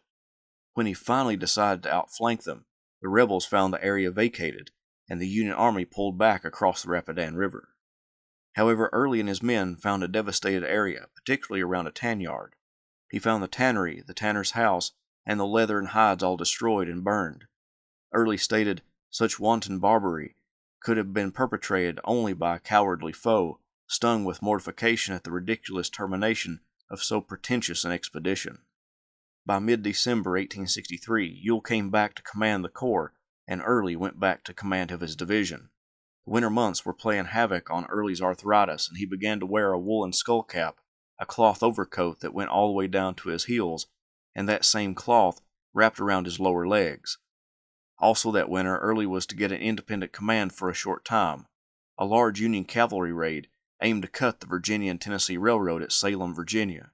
When Early and 2 infantry brigades, detached from A.P. Hill's corps, and 2 cavalry brigades from Jeb Stuart's cavalry corps, made it to Staunton, Virginia, the Union cavalry under William Averill made it to Salem, Virginia. Both Early and the Department of Southwest Virginia commander Samuel Jones attempted to cut off and trap Averill's men. However, Early found his cavalry lacking, those already in the valley under John M. Bowdoin in particular. The bulk of the Federal cavalry made the raid, destroying a great amount of materiel, then headed back north. Averill was able to escape numerous attempts to trap him, but he did lose a great number of wagons to Confederate troopers while attempting to cross a river. Nevertheless, Early was furious at the inability of his men to put a stop to the raid. Into January, Early began to report on the horrible conduct and abilities of Imboden and his command. The situation got so bad that Imboden requested a court of inquiry to clear his name. Because Imboden served under Early, the petition for a court of inquiry had to go through Early, which Early happily signed off on, believing that the court would find Imboden inefficient in his duties. When the request got to Lee, Lee disapproved of the formation of a court of inquiry. Nevertheless, Early was beginning to make significant waves within the Confederate Army. In late January, Early launched an expedition into the northern reaches of the Shenandoah Valley in West Virginia. His movement took him to Moorefield, and when the Confederate columns of infantry and cavalry marched through the city, a sight brought a smile to Early's face and those of his men. A crowd of beautiful ladies came out to greet them, having hardly seen a Confederate in a very long time. Early's cavalry under Thomas Rosser did most of the damage to the Federal infrastructure, destroying parts of the Baltimore and Ohio Railroad and its bridges and capturing about 800 head of cattle. This exemplary performance made Early nearly forgive Rosser for an infraction perpetrated shortly before the raid. Rosser was a newlywed and put his wife up in Stanton when he was transferred to the Shenandoah Valley. Before the expedition set off, Rosser went to visit her without permission. Early undoubtedly gave him a tongue lashing. He had been fighting having wives in the field since the beginning of the war, and he also reported Rosser's actions to Lee. Rosser called Early a miserable old rascal, in a letter to his wife following the incident. An incident that, if Early had found out, would have brought misery on Rosser, also involved that cavalryman's wife. Betsy asked Rosser to procure her some items. Rosser apparently sent out some of his troopers in search of these items that he never listed, and the letter she wrote is lost, so we don't know what she asked for, but Rosser used his own troopers to find her these items, and he brought them to her on his next visit. One can only imagine what Early might have done had he known what Rosser did. Once the valley became a little more quiet, Early requested leave to go back home for a few weeks, which Lee granted. He left for home in mid-February. When he returned to the Army of Northern Virginia in late March, Early wore a handsome new uniform with a black plume in his hat that made General Lee state that Early looked like a gay cavalier, a far cry from how Lee usually referred to Early as his bad old man. When Early returned, he found Ewell, his corps commander, still ailing. Although he could ride, the wooden leg made walking difficult, and the corps commander suffered great pain from it. He had also fell from his horse in January, and was still recovering. Early may have anticipated himself taking over the corps if Ewell found it too difficult to campaign. Early also found that Ewell and his new wife were living pretty far from the corps, which meant that Early took care of most of the corps' matters. Like with Rosser, Early's dislike of wives in the army may have placed Ewell in an unfavorable light for Early. Mrs. Ewell seemed to run the entire headquarters. One observer stated that she manages everything from the general's affairs down to the couriers who carries his dispatches. All say they are under petticoat government. Apparently, Early let his thoughts on the matter come out, and he began to spout his distaste for wives in camp and launch into tirades about the abilities of Ewell. Ewell quickly put Early under arrest for conduct subversive of good order and military discipline. When Lee got word about the arrest and heard Ewell's reasoning for it, Lee said Early's words were inexcusable, but rescinded the order, deciding to settle the matter between himself and the two men in private. We don't know any specifics because it was kept quiet to keep the integrity and morale of the army together, but it definitely caused a rift between Early and Ewell. Spring 1864 brought a new campaign season. Lee still had to fight the Army of the Potomac, but there was a new general in that army, Ulysses S. Grant. Grant just recently took command of all Union forces and made his headquarters with the Army of the Potomac. That army's commander remained George Meade, but now Meade had Grant looking over his shoulder. In early May, the Union Army crossed the Rapidan River in an attempt to get around Lee's flank and bring him to battle. Lee wanted to push into the wilderness and engage the enemy there to reduce the numerical advantage enjoyed by the Federals. Ewell's corps marched on the Orange Turnpike with Edward Johnson and Robert Rodes' division in front, with Early's division bringing up the rear. When they deployed, Early took up a position on the left. The 5th and 6th Corps of the Army of the Potomac assaulted Early's lines, but Early held firm. On May 6th, John Brown Gordon, one of Early's best brigade commanders, came to Ewell and Early and suggested a plan of attack that would hit the Union Army in the flank and roll up its line. Gordon found after going on 2 reconnaissance missions that the Union hadn't protected their right flank, and there were no troops in support of them either.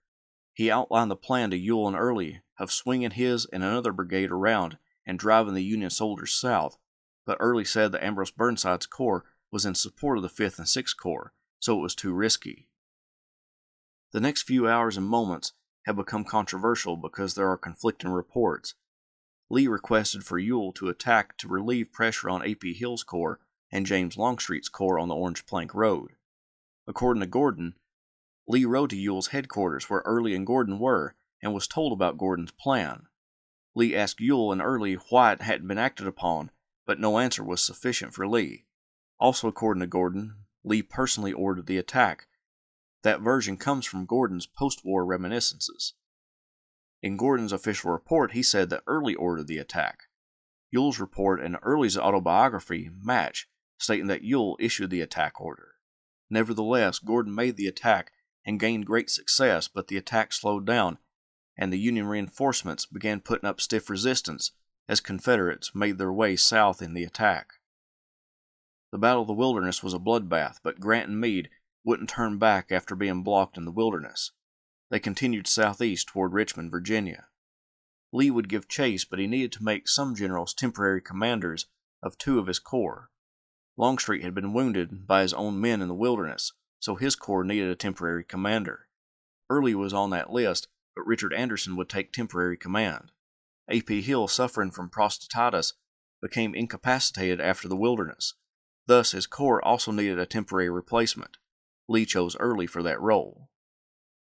Early commanded Hill's corps during the bloody fight at Spotsylvania Courthouse, with Early eventually commanding the Confederate right against Ambrose Burnside's 9th Corps. Early threw back repeated attacks and held off the Union from advancing on the flank and rear of Lee's line. However, the situation was odd for Early. He was commanding a corps whose commanders he didn't know well, and that corps' permanent commander was always close at hand, observing from an ambulance wagon. Early didn't get true control of the corps because of Hill's close presence. Hill took back command of the corps after the close of the battle, and Early went back to division command, but that only lasted a few days. Ewell, suffering both physically and mentally from the constant fighting, was relieved, it was said temporarily, of command. Early assumed the role of corps commander on May 29th. Ewell, who felt better after a couple of days of rest, tried to return to the army, but Lee basically told him it wasn't a good idea for him to take control of the corps at this present time. Early made waves in the 2nd Corps, particularly with the staff he inherited from Ewell. Ewell's stepson was on Early's staff and wrote to his stepfather that, "Old Early did not ask me how you were, but I made my speech so that he will hear it. 2 of the best of the Signal Corps, the Wynn brothers, have applied to be relieved. Early set them to minding horses. They, being gentlemen, will not stand it. He is kicking up a row in everything he comes near. I intend to see little of Early, and will get along finely. He looks at me like a sheep stealing dog, out of the corner of his eye, and when I reported myself for duty this evening, was astonished at his peculiarity, very different from his usual manner." Early moved his corps toward a location called Cold Harbor, and engaged Union forces at Bethesda Church. In mid-June, Robert E. Lee called Early to his headquarters and informed him of an important assignment. He was to go into the Shenandoah Valley to rid that area of Union forces. The last Federal contingent to enter the valley had been defeated at the Battle of New Market, but a new general now commanded the 8,000-man Federal force in the valley. His name was David Hunter. Hunter was a unique individual. One historian wrote of him, "For a soldier of his day, Hunter's fanaticism was extreme. It would significantly influence the campaign to come.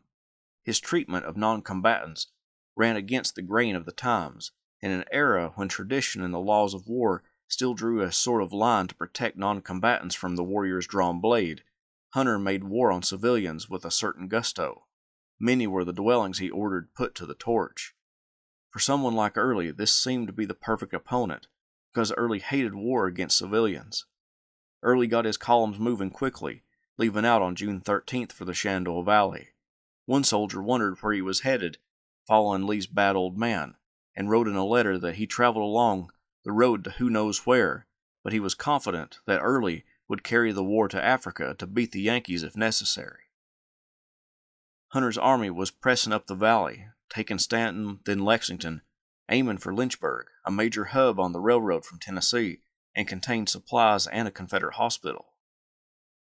Early marched his men nearly 80 miles in 4 days to Charlottesville, then put his men on trains to Lynchburg, arriving there on the 16th, with his men arriving the next day, just in time to intercept Hunter's attack on the city. Early's men were able to throw back the Union attacks. Hunter believed he was outnumbered and used the darkness of June 17th to pull his men back from Lynchburg and retreat. Early wasn't convinced that Hunter was retreating. He thought the Union general may be maneuvering around to the south to attack Lynchburg from that direction, or he could be moving to link up with Ulysses S. Grant outside of Richmond and Petersburg. Early soon discovered that Hunter was escaping and chased after him, but Hunter dove into the West Virginia mountains, aiming for Charleston. Instead of chasing him any further, Early turned north toward the Potomac River, asserting his dominance over the Shenandoah Valley as his columns wound north. Early described the scene. Houses had been burned and women and children left without shelter. The country had been stripped of provisions, and many families left without a morsel to eat. The time consumed in the perpetration of those deeds was the salvation of Lynchburg, with its stores, foundries, and factories, which were so necessary to our army in Richmond. At this point, Hunter was out of the valley and the region was somewhat safe. Early had 2 options. He could either return to Richmond to augment Lee's forces around Richmond and Petersburg, or he could move north and invade Maryland and threaten Washington, D.C., which would hopefully draw troops away from Grant's army, threatening Lee. Early chose to invade. After crossing the Potomac River, Union General Franz Sigel, commanding a Union contingent in Maryland, blocked Early's route. So Early resolved to move farther north to cut through the mountains in the same locations that Lee moved through the year before. As with the Gettysburg Campaign and Lee's strict orders to harm no civilian property, Early likewise issued his own order for his men not to pillage. But, as one of his biographers explained, to these strictures against waging war on civilians, there was to be a characteristic exception: economic warfare waged by Jubal Early himself. Some of Maryland's most affluent citizens were to be shaken down. To soften his prospective victims up, the general ordered cavalry to ride hard through the countryside, generating an appearance of potency, and it was to be hoped striking fear into the hearts of armed Union foes and rich native burghers alike. Early targeted whole towns, sending some of his cavalry to Hagerstown, Maryland, where they were supposed to threaten the town with the torch if they did not receive $200,000. The cavalry commander, probably groggy from exhaustion, dropped a zero from the amount, making it $20,000, a sum easily scraped together from the citizens. It wasn't just money and supplies Early was after. He wanted to scare the North. He had his eyes on Washington, D.C.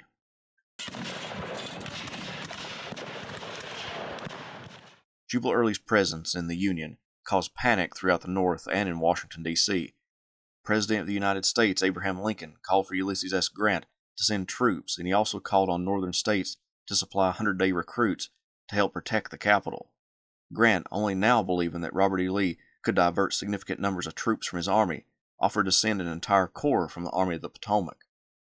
Henry Halleck, the chief of staff in Washington, told Grant that an entire corps wasn't necessary, so Grant dispatched part of the 6th Corps, with the rest of the corps coming at a later date. The Union commander of the Middle Department, with his headquarters in Baltimore, Maryland, was Major General Lew Wallace. The Union commander pushed west to confront Early's force just to the east of Frederick, Maryland. Early moved through the Catoctin Mountains with a force of about 14,000 men, greatly outnumbering Wallace's force of only about 5,000.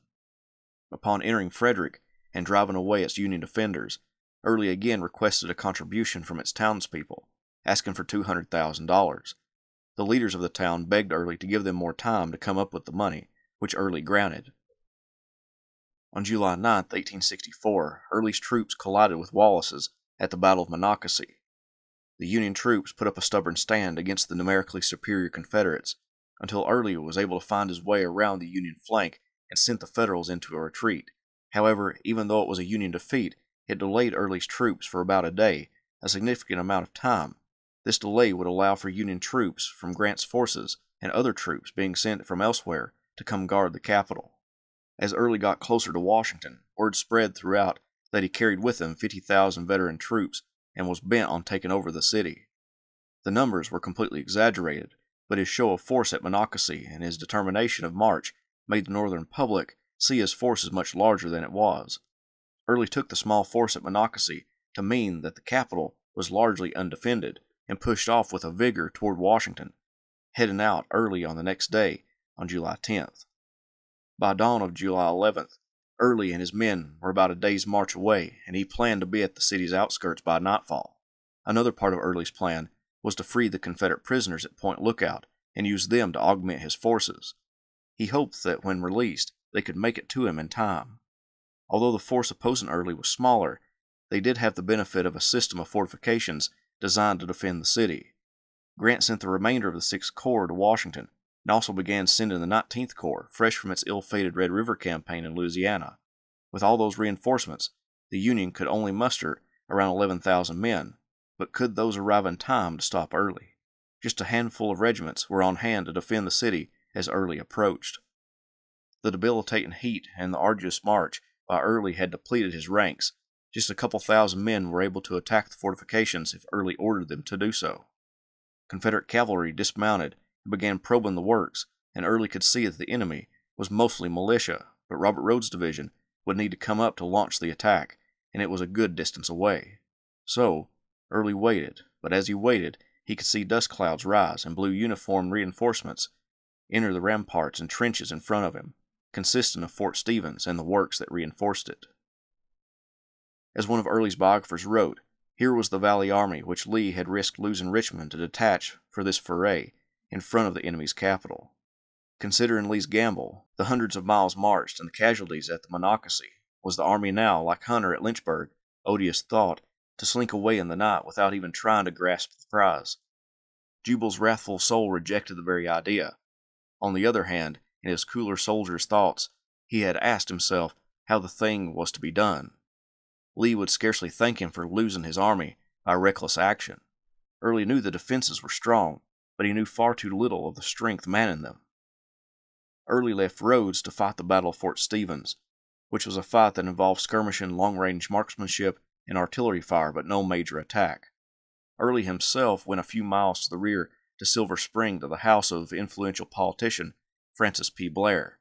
Blair had been a supporter of Andrew Jackson and the Democratic Party, but split with that party and helped organize the Republican Party in the 1850s. He was the man that offered Robert E. Lee the command of a Union army before Lee officially sided with the Confederacy. He was also an advisor to Abraham Lincoln and promoted his two sons' abilities, Francis P. Blair, Jr., who was now a corps commander in the Army of the Tennessee as that army worked its way toward Atlanta, and his other son, Montgomery Blair, who was in Lincoln's cabinet. That fateful day, the elder Blair was in Pennsylvania on a fishing trip, so Early took over his home and made it the headquarters of the Army of the Valley. That night, Early called together his division commanders, John Brown Gordon, Robert Rodes, John C. Breckinridge, and Stephen Ramseur. They sampled the wine from Blair's wine cellar and discussed what the next course of action would be. Reports began coming in that not only was the 6th Corps reinforcing the city, but the 19th Corps was also on its way. Early believed that attacking one corps would be hard enough, but with two on their way, attacking the city would be foolhardy. He rode out early the next morning on July 12th to take a look at the Union defenses and saw more dust clouds rising, and decided the best thing to do was to keep up heavy skirmishing, then pull back under the cover of darkness. At 6 p.m., a brigade of Union infantry under Daniel Bidwell came out from their defenses and began attacking Rodes's infantry, which threw back the blue attackers. Early then began pulling his army back. Being in front of Washington for 2 days had only resulted in about 100 casualties, and it had given the Northern public and Washingtonians a scare, diverting thousands upon thousands of Union troops from Grant's army around Richmond. It may have been a disappointment to Early, but he had performed a valuable service to Lee. The retreat back into Virginia was done with little threat from Union troops, which didn't mount a pursuit for basically a whole day, allowing Early to slip across the Potomac River with little harassment. The Southern papers heralded Early's invasion of Maryland and anticipated great things, but the withdrawal from the outskirts of Washington deflated their hopes. Many began to blame Early and heavily criticize him, but as one of Early's biographers noted, Early didn't care what the papers said. He cared about what Lee thought, and Lee was happy with Early's progress. Years later, a friend of Early's recounted what the invasion had accomplished. It reads in part, Early drove 18,000 troops under David Hunter out of the valley, immobilized 6,000 men at Harper's Ferry, defeated Lew Wallace at Monocacy, and diverted parts of 2 corps from Grant's principal theater of operation around Petersburg. Amidst the campaign, Early's Army of the Valley amazingly marched between June 13th and July 14th 510 miles, averaging 16 miles a day. All in all, Early had done an excellent job. Early now suggested to Lee that he should return to the Army of Northern Virginia, but Lee had other plans. The wheat crop in the valley was supposed to be the largest in years, and if Union forces occupied it, then there would be less food coming into the Confederate bastions of Richmond and Petersburg. Thus, Early needed to stay in the valley to protect the wheat crop and still divert attention and manpower from Grant's army. Grant was tired of having to deal with Early and his army. Early's presence so close to Washington prevented him from aggressively campaigning against Petersburg, but he didn't want to leave Early in the valley without a force to either defeat him or harass him. Grant ordered David Hunter, now at Harper's Ferry, to press Early vigorously. He told Hunter, "Make all the valley south of the B&O a desert, as high up as possible. I do not mean that houses should be burned, but every particle of provisions and stock should be removed, and the people notified to move out."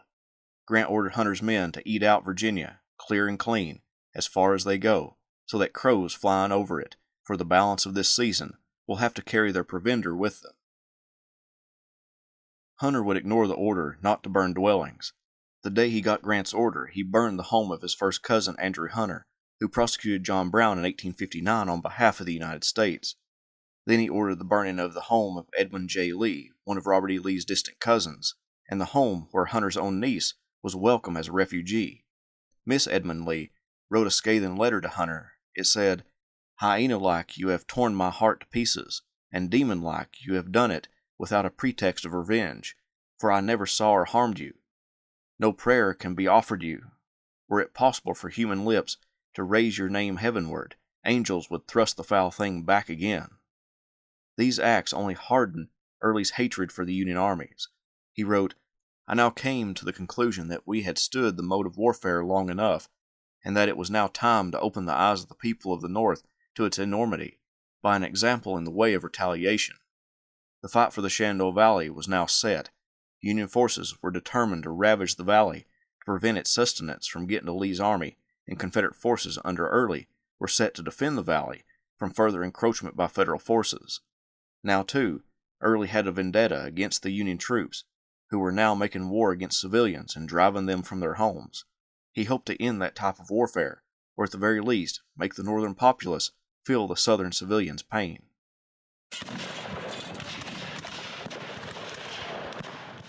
Union forces pursued Jubal Early and his Valley Army into the northern reaches of the Shenandoah Valley, but Early wouldn't allow them to stay.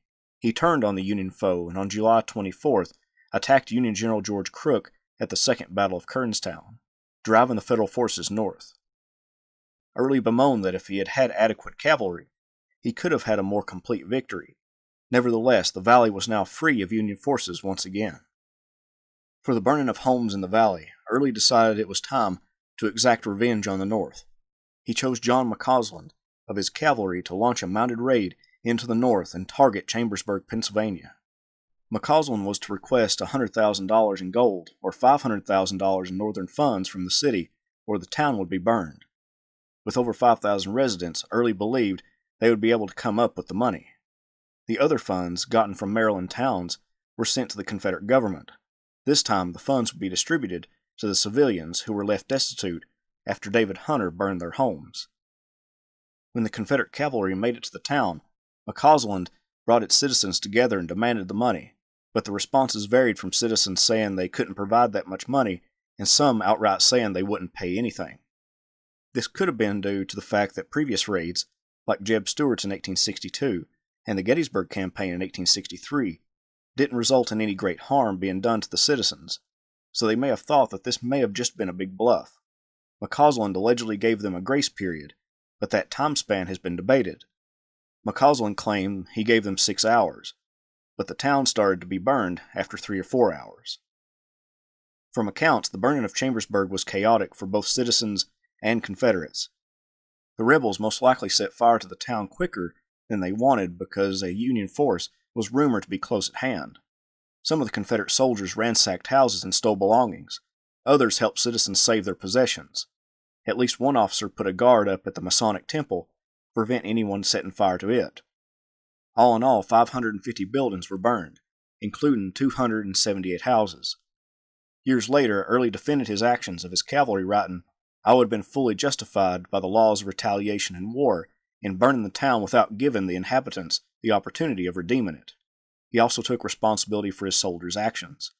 "For this act I alone am responsible, as the officers engaged in it were simply executing my orders and had no discretion left them.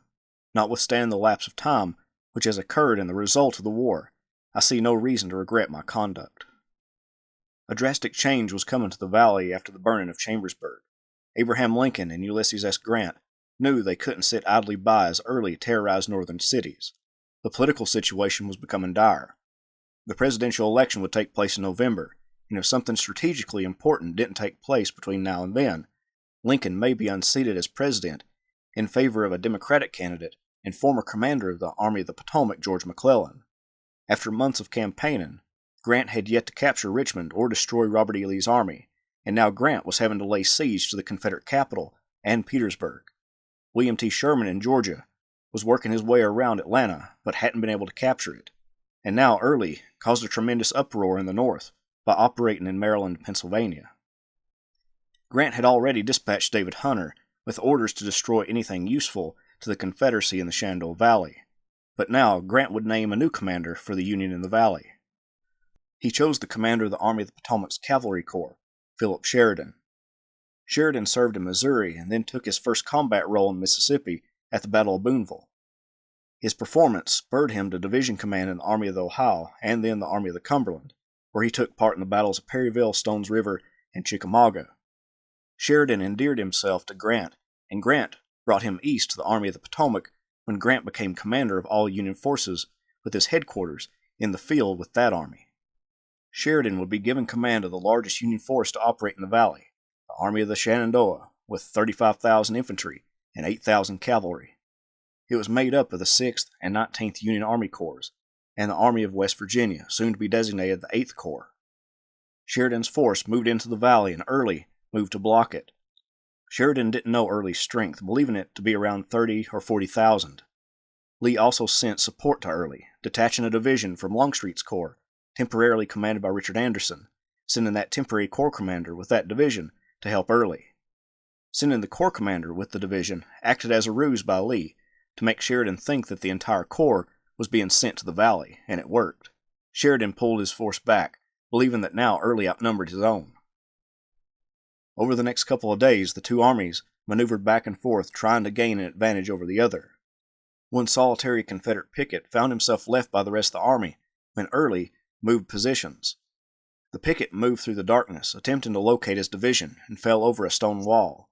Still angry from being left behind, a solitary horseman rode up beside him, cursing him as a straggler and asking who he was. The picket cocked his weapon and ordered the horseman to halt. He knew the sound and slowed up his tongue a little until I could ask him who he was. He replied that he was General Early. He could easily tell from my speech that I was not a Federal.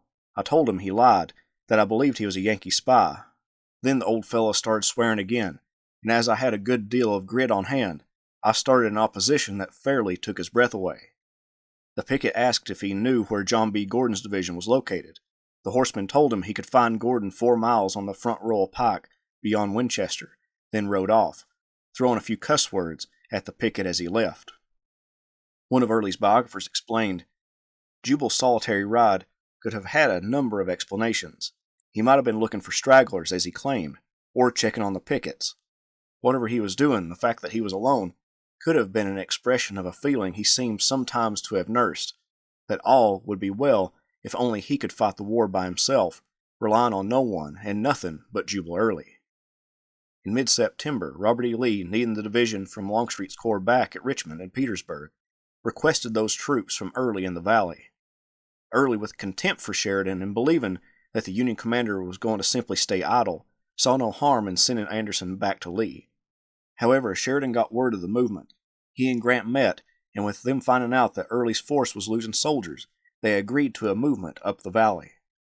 Because he didn't believe Sheridan would move, Early split his force, seeing it as his main mission to threaten the B&O Railroad. However, it was precisely then when Sheridan began to move against Early. At Martinsburg, Early went into the telegraph operator's building and found messages indicating Grant and Sheridan's plan. He began moving to concentrate his force. Stephen Ramser's division at Winchester was Sheridan's target and could easily overwhelm the small force, but the 6th Union Corps brought its wagon train along with it and blocked the road for the rest of Sheridan's force from getting to the battlefield. It'd be a couple hours before Sheridan could get more troops on the field. Ramser, still outnumbered, held off the Federal troops until more reinforcements could make it to the field. John B. Gordon's division marched 14 hours through the night, arrived on the battlefield to add more weight to the Confederate line. When Robert Rhodes was killed, Gordon took command of Rhodes' division as well as his own and exploited a gap in the Federal line. However, Sheridan was bringing up more and more troops. Early's battle line broke in the northern sector when his cavalry, according to him, put up little fight when attacked and were driven off. To save his wagon trains, Early had to pull the rest of his force back, giving Winchester to the enemy. He retreated through the night and would take up a position on Fisher's Hill. By September 22nd, Early realized, with Sheridan's overwhelming numbers bearing down on him, his position was untenable, and waited until night to pull back. But Sheridan's troops hit his vulnerable left flank about 4 p.m. and broke it, sending Early on a second retreat in just 3 days. Early blamed most of his defeat on the inadequate cavalry and the superior nature of the enemy's cavalry, which nullified that branch in his army. I have given you all I can. You must use the resources you have so as to gain success. The enemy must be defeated, and I rely on you to do it. The men are good and only require instructions and discipline. The enemy's forces cannot be so greatly superior to yours. His effective infantry I do not think exceeds 12,000 men. We are obliged to fight against great odds. A kind providence will yet overrule everything for our benefit. One of Early's biographers wrote of Lee and Early that, if Jubal felt the weight of Lee's displeasure, subtle though its express was, the feeling would have reflected a deeper emotion he could never have acknowledged. All the posturing, the arrogance, even the imperturbability under pressure may have been compensation for a profound vulnerability that was always clearly visible in his touchiness. Early respected Lee as a soldier and looked up to him as a man, but after Winchester and Fisher's Hill, there was far more to it than that. He sensed Lee as a true friend in adversity, and adversity scarcely glimpsed until now. Even Lee's reproofs came wrapped in a warm mantle of support and encouragement. In gratitude and affection, Early must have felt bound to Lee by a bond as strong as any between two men. He would be striking no pose when he went to work after the war to beautify Lee's memory before the world.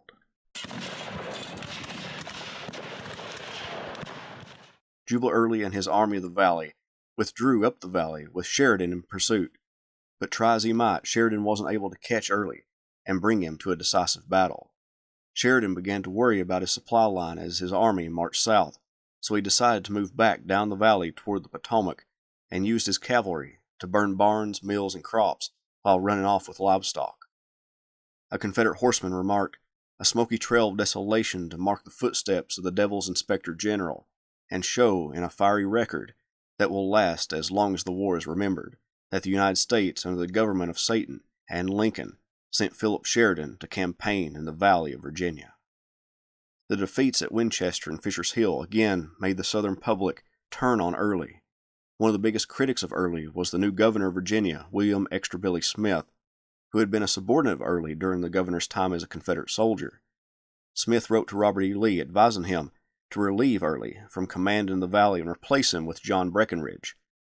Smith also told Lee he had an informant in the Valley Army that told him that Early had lost the confidence of his men.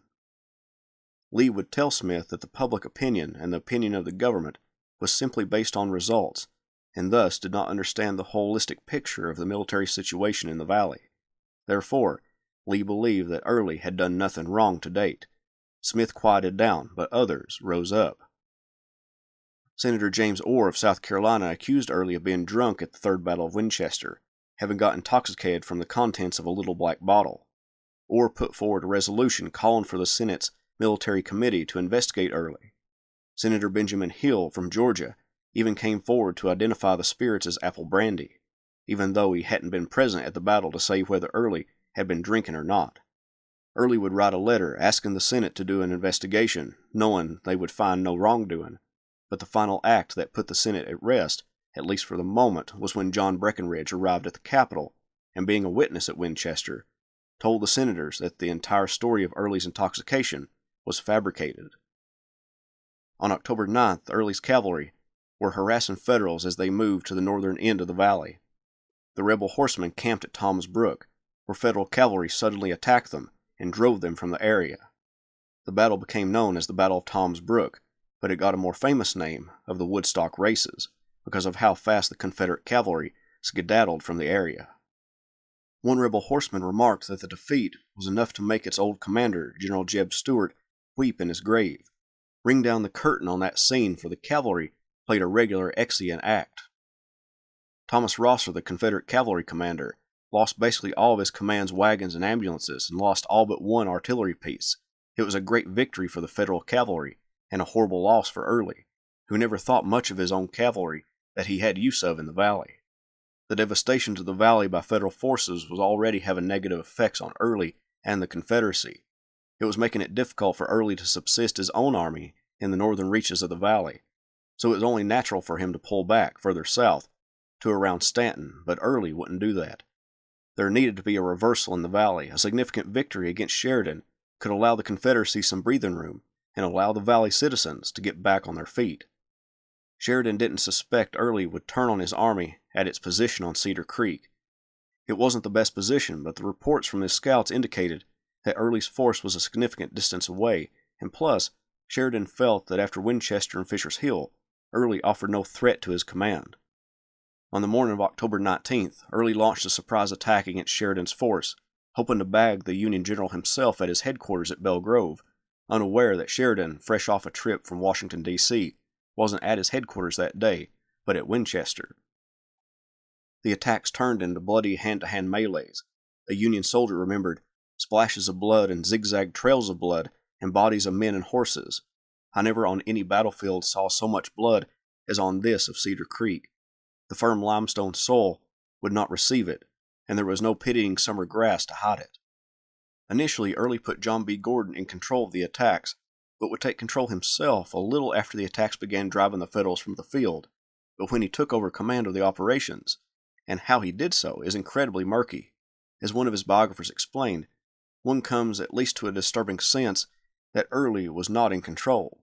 Whatever he was up to, whatever explains the chronological hiatus, it suggests a certain mental lethargy, a mood of hesitancy and uncertainty that was clearly discernible in the first order he issued after assuming command and in his conduct for the rest of the day. Add on to the chaos of battle, the heavy fog that morning lingered, causing both sides to grope through the opaque air for some semblance of the enemy. The Confederates were winning so far, but they were running up against a stubborn foe in the form of one division from the 6th Corps that was buying time for the rest of Sheridan's army of the Shenandoah. A misjudged order sent Gabriel Wharton's division into the destructive volleys of the 6th Corps, which meant that Early now had no reserves, essentially. All of his men had been engaged. Nevertheless, Early believed the entire Federal army was on the run and counted it as a victory by late morning. When the fog burned off, he met with Gordon. Early said, "Well, Gordon, this is glory enough for one day. This is the 19th, precisely 1 month ago today. We were going in the opposite direction." Gordon responded, "Is very well so far, General, but we have one more blow to strike, and then there will not be left an organized company of infantry in Sheridan's army." Gordon then told Early that he was preparing every infantryman under his command and all of his artillery, his own and captured pieces, to blast away at the remaining 6th Corps troops.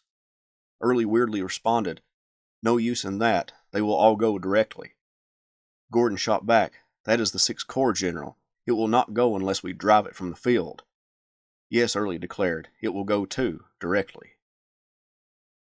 Gordon wrote in his reminiscences that, "My heart went into my boots, and so it came to pass that the fatal halting, the hesitation, the spasmodic firing, and the isolated movements in the face of the sullen, slow, and orderly retreat of this superb Federal Corps lost us the great opportunity and converted the brilliant victory of the morning into disastrous defeat in the evening."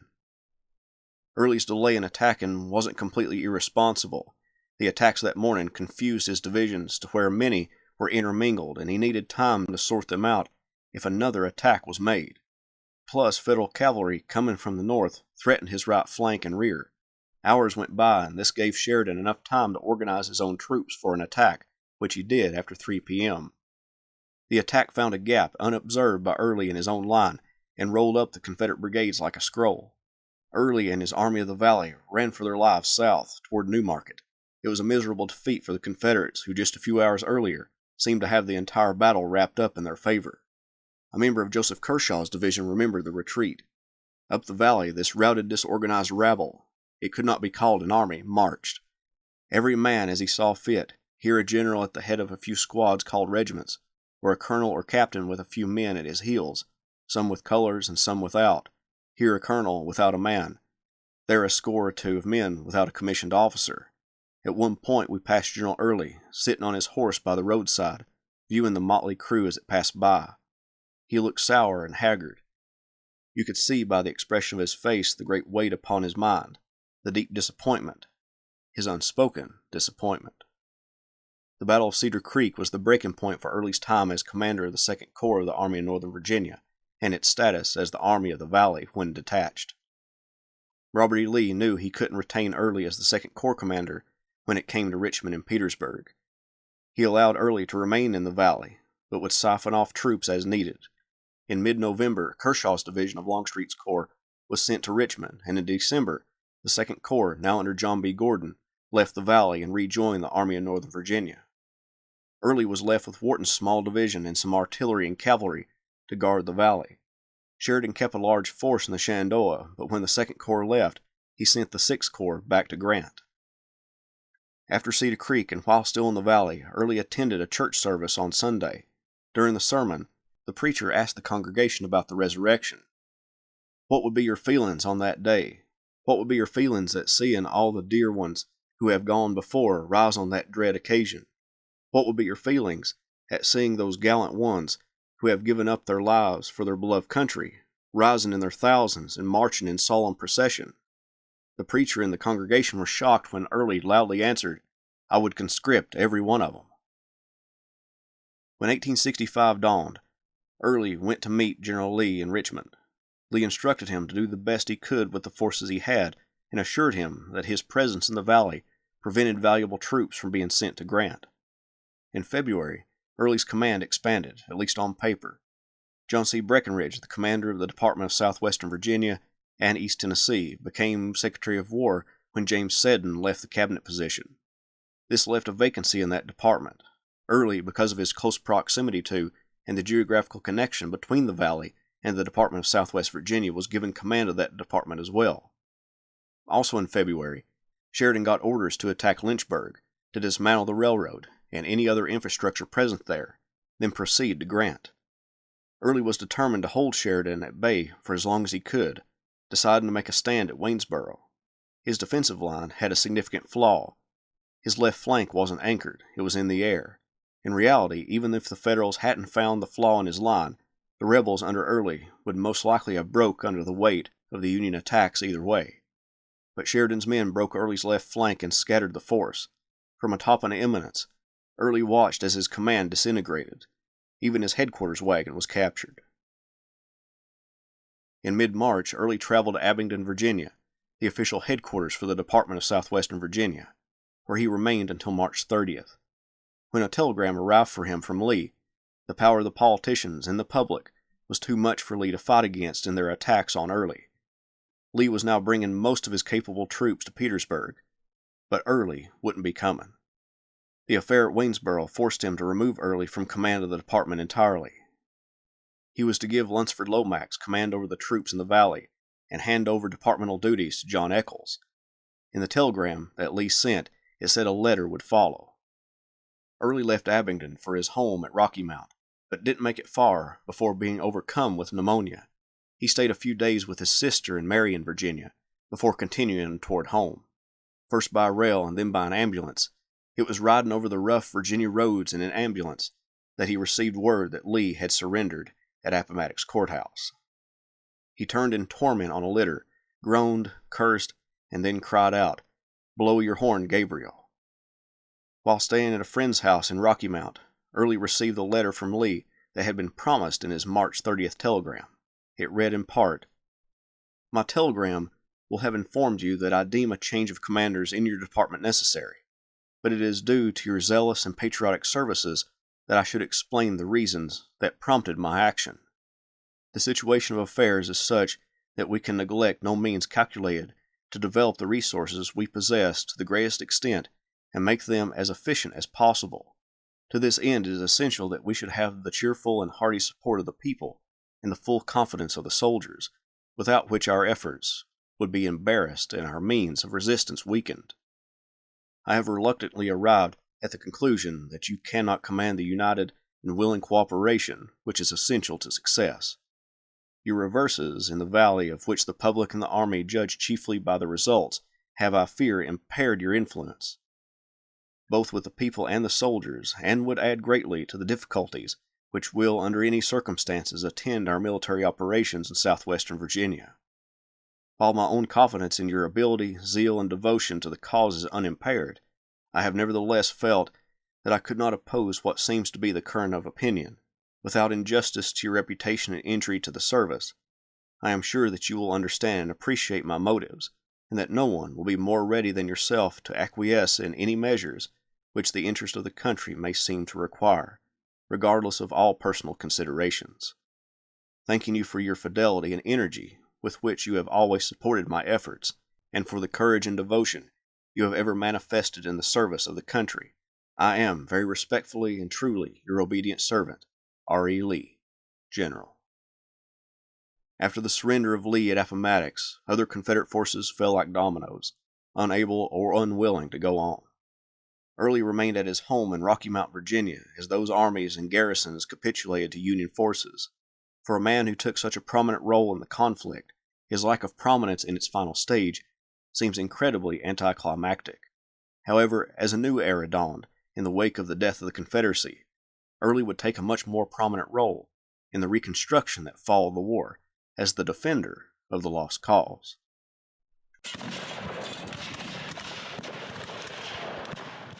Jubal Early took part in no surrender ceremony, and still determined to prosecute the war.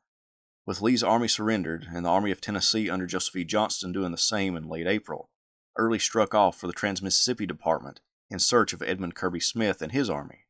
Word circulated that Smith was still prosecuting the war, and Early was determined to join it. As he moved through Alabama, he got word that Smith had surrendered. Early would write, "I was determined not to give a parole or take the oath either, and rode all the way in arms as if I had been in the enemy's country." Early reached Texas in August 1865 and wanted to go to Mexico, but the area around the Rio Grande was hazardous due to bandits and guerrillas, so Early waited for months in order to find a space on a ship to take him to Mexico. It was December before he arrived in Veracruz. The journey hadn't been easy. The ship first went to Nassau, Bimini, and Cuba before arriving in Mexico. In Nassau, Early bought a gray suit that sported Confederate Army buttons, one of many he would wear in his lifetime, a civilian version of his Confederate uniform. Early hoped to convince Emperor Maximilian, the French ruler of Mexico, to prosecute a war with the United States and offer his services to that country in order to keep the Civil War going. However, Maximilian wasn't interested in fighting a war with the United States. He had too many problems at home and abroad to launch a full-scale war with another nation. After just 3 months in Mexico, Early declared the country an infernal humbug and decided to move to Canada to be closer to home and his old comrades. But the move would take months. It was August 1866 before Early settled into Niagara, just across the Canadian line from New York. However, the closeness also brought with it a problem for Early. Early wrote to Jedediah Hotchkiss that he could see the Yankee Fort Niagara, at which the cursed old flag, which always reminds me of a barber's pole, untwisted and ironed out, is always flying. Early found it difficult to live in Niagara or anywhere in Canada because he couldn't practice law like he had in the United States without a 5-year probation. He had to rely on the charity of his family, who were, like all Southerners, suffering from the economic damage brought about by the Civil War. Early moved to Toronto in the fall, and it's there he published his first campaign history of the Valley Campaign.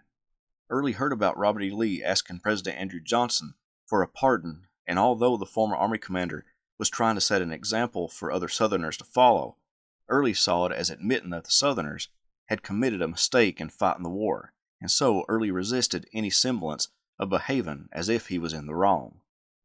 In 1867, word from his family told him that there was speculation to name him as the governor of Virginia.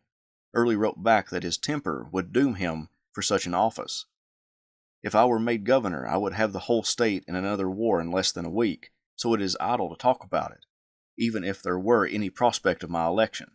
Besides, it was simply impossible for me to accept a pardon, a prerequisite to hold an office. As one of his biographers explained, Johnson's policy was to appoint provisional governors in the former Confederate states which were to be brought back into the Union.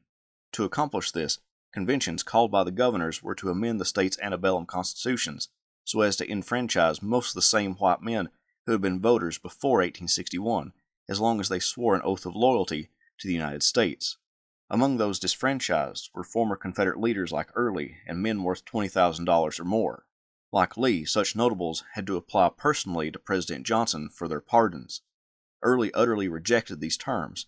For him, there was only shame for the South in its state's forced repudiation of everything their governments had done since the outbreak of the war. Early watched Virginia politics incredibly close. Congress and the radical Republicans in it took over Reconstruction from Johnson. Through the Reconstruction Acts of 1867, they established 5 military districts to watch over the former seceded states. The state of Virginia called together its constitutional convention to fall in line with Congress's prerequisites to return into the Union. The convention was led by Judge John C. Underwood and Governor Henry Wells, who worked together, passing the 14th and 15th Amendments, giving African Americans full citizenship and giving African American males the right to vote. Early fumed at one of the provisions laid out in the Constitution that allowed black men to sit on juries, especially since all former federal or state officials who had enlisted in the Confederate cause were disenfranchised. In December 1868, the lame duck president Andrew Johnson issued an unconditional amnesty, and although it technically excluded high-ranking officers like Early, it was intended to pardon all combatants against the United States during the war.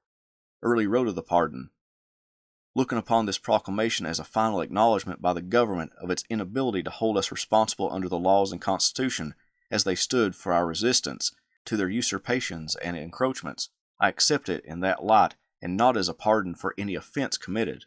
I think I can now return without any compromise of principle, and it is certainly a great deal better for me to do so than to remain a burden in the hands of friends who have to submit to the ills of Yankee rule in order to be able to furnish the means on which I live." Before the pardon from Johnson arrived, Early was living in Drummondville in Montreal. It appears at this time Early had a falling out with his girlfriend Julia, whom he had children with. It's only speculation as to why they broke up. Maybe it was his long absences during and after the war, or maybe she found a new suitor. She married a man named Charles Pugh in 1871. That relationship could have begun around this time. Early wrote to a friend, "I wish never to hear of her again. That matter did me a great deal of injury at the time, but I tried to do the best I could. I have felt deeply concerned about the children, but the conduct of their mother has been such as to leave me in no doubt about which might and which might not be. The whole thing is the source of the deepest regret to me, but I certainly, to do any good, and must take their course." Early finally returned to Virginia in July 1869, settling in Lynchburg. Virginia looked different politically than when Early left. Some of his old comrades in gray were cozying up with Republicans, particularly William Mahone, someone that Early would fight in a war of words and actions throughout the rest of their lives. Mahone served in the Army of Northern Virginia, becoming most prominent as a division commander in A.P. Hill's Corps. Early commanded Mahone's division when he temporarily commanded that corps during the Overland Campaign. Mahone in the post-war years befriended the Republicans and even supported some of their initiatives, putting him on the wrong side of Early. Republicans in general supported civil rights for African Americans. Early's stance as a Democrat was against the adoption of civil rights for African Americans. Going further, Early, even though slavery was dead, continued to advocate for its benefits and defended the institution of slavery that existed in the antebellum period. He would write, "If slavery has so tutored the African American that immediately his bonds are loosened, he is qualified for the privileges of the ballot box, what a civilizing tendency that institution must have had. When a bronze statue to Stonewall Jackson was to be unveiled, black militiamen were to march in the procession. Many Confederate leaders approved, including James Kemper, Early's Mexican War friend and a Confederate brigadier general who was wounded in Pickett's charge. He was also the governor of Virginia when the unveiling was to take place. Early said that the militiamen would flaunt pictures of Abraham Lincoln and promote the 15th Amendment. Thinking that Early's presence would cause violence, Kemper wrote to him saying, "For the sake of the public peace and harmony, I beg, beseech, and implore you, for God's sake, stay home." By 1876, Early was having difficulty providing for himself financially. His law practice didn't get a lot of business in Lynchburg, but it allowed him to live without much obligation to anyone else. However, in 1876, he would get a job that would give him secure independence for the rest of his life. Pierre Gustave Toutant Beauregard came to New Orleans after the war to start his own businesses.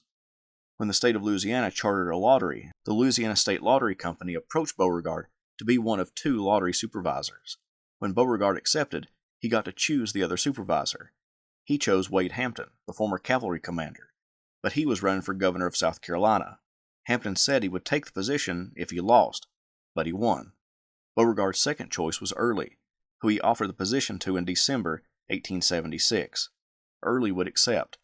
It came with a base salary of $5,000, and he would have to travel to New Orleans once a month on a 16-hour train ride from Lynchburg. He and Beauregard would preside over the lottery drawing and act as the face of the company, ensuring the people that all was legitimate.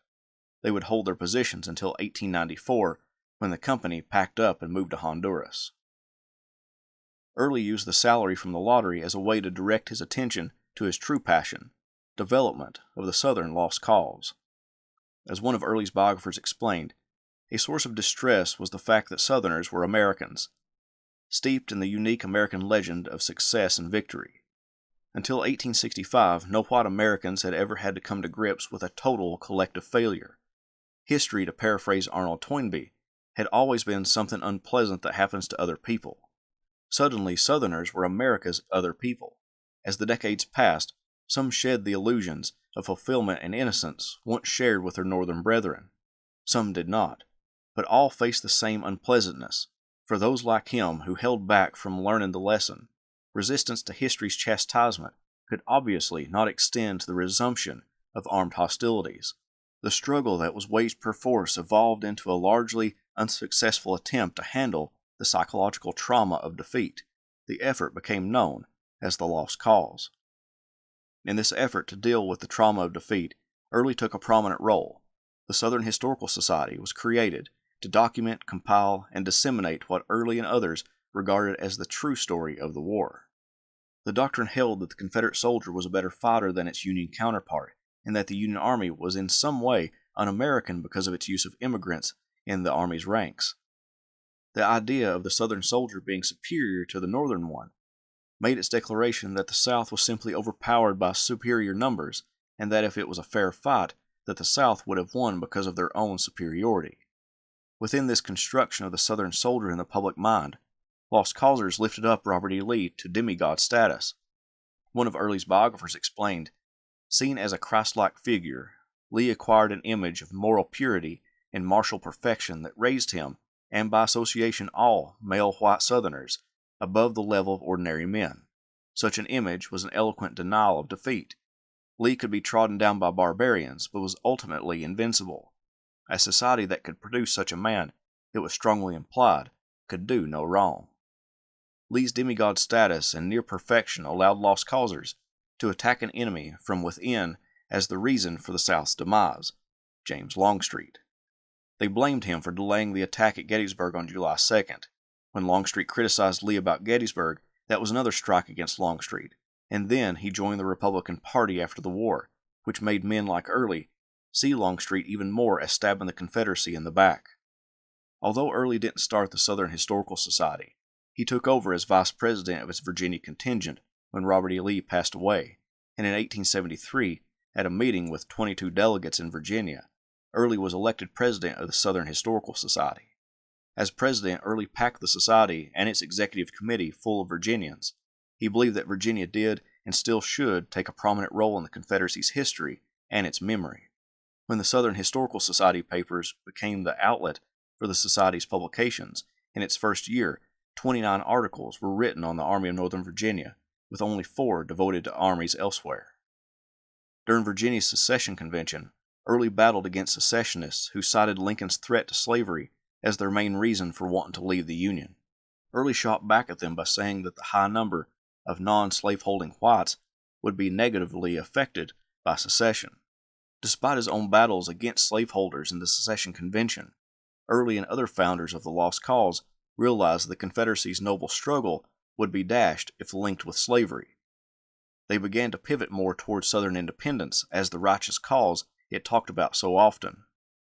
They cited the American colonies that broke away from Great Britain, and even some went further, stating that the South breaking away from the Union was even more noble than what the colonies did.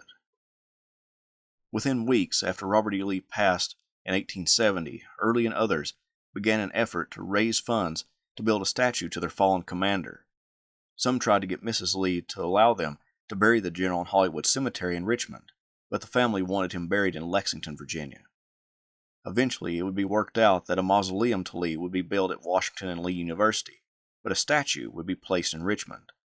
Early led the largest effort to memorialize Lee, and even got the Ladies Lee Monument Association to throw their funds in with Early's initiative, which by then was state-sponsored. In January 1872, Early delivered a speech in Lexington, Virginia in honor of Lee's birthday. In it, he extolled Lee's Christian virtue, chivalrous life, and his military cunning. He focused militarily on the Overland Campaign to expound upon Lee's prowess as commander. Unwilling to believe that Lee could be defeated, Early spoke of Lee's superiority over his antagonist in all the qualities of a great captain and of the Confederate soldier over the Northern. General Lee had not been conquered in battle, but surrendered because he had no longer an army with which to give battle. In 1883, part of the monument movement came to fruition, the unveiling of the statue of Lee in the Memorial Chapel in Lexington, Virginia. Early presided over the unveiling. The equestrian statue took longer and had a lot more obstacles to cross for Early. For one, the Ladies Lee Monument Association members wanted a French sculptor to construct the statue, but Early wanted a Virginian. The ladies won that battle. As the cornerstone and pedestal were being laid, Early found that the pedestal was made from granite mined in Maine. He didn't want a Yankee stone to be used for, in his view, the greatest Virginian statue. Lee's nephew and now Governor of Virginia, Fitzhugh Lee, wrote to Early that the main part, probably 19/20ths of the stone used in the pedestal, is Virginia granite, and only this facing stone is made from stone from abroad, so be as quiet as you can. To a Virginian the contract was awarded, and the association saves over $10,000 by it. Send us another 10,000, and I won't tell anyone how high you have been rearing. The statue was unveiled on May 29, 1890, in front of a crowd estimated to be between 100,000 and 150,000. Confederate General Joseph E. Johnston helped unveil the statue of his old friend. Early toiled for years to raise the funds all over the South for the statue's construction, and he felt great joy at seeing it stand as a symbol to all to how much he and many others thought of Lee, his life, and his military career.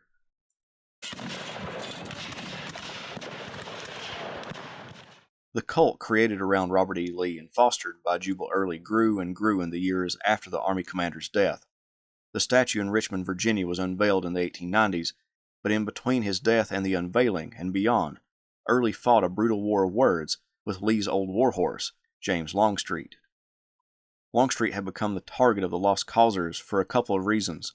One, he simply criticized Robert E. Lee, and two, he joined the Republican Party and supported African American civil rights. However, Longstreet didn't fight for civil rights out of a humanitarian reason.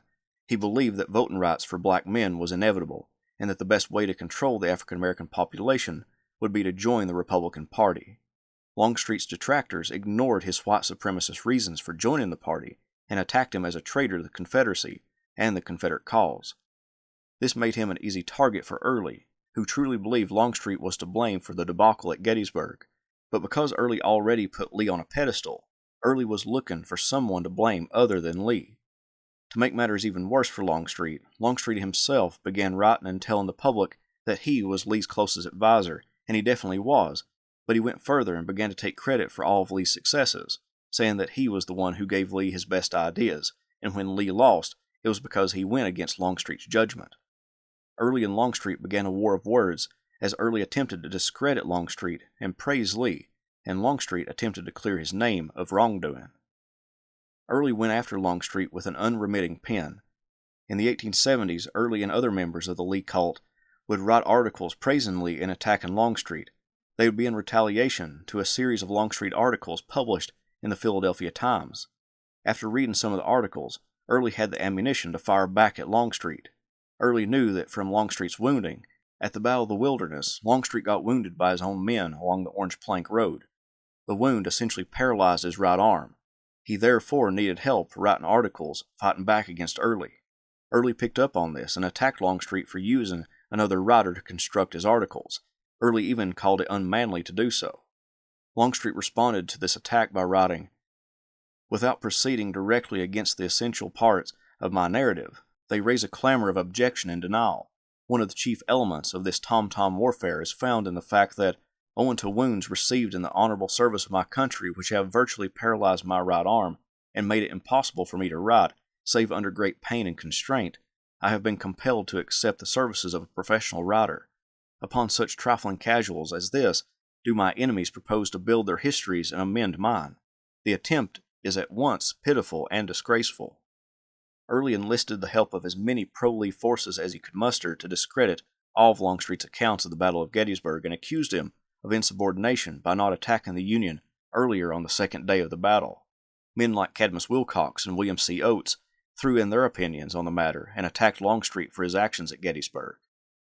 One of Early's biographers wrote, "That campaign to destroy a man's name was one of the most extraordinary and cynical manipulations of history in the annals of American publishing.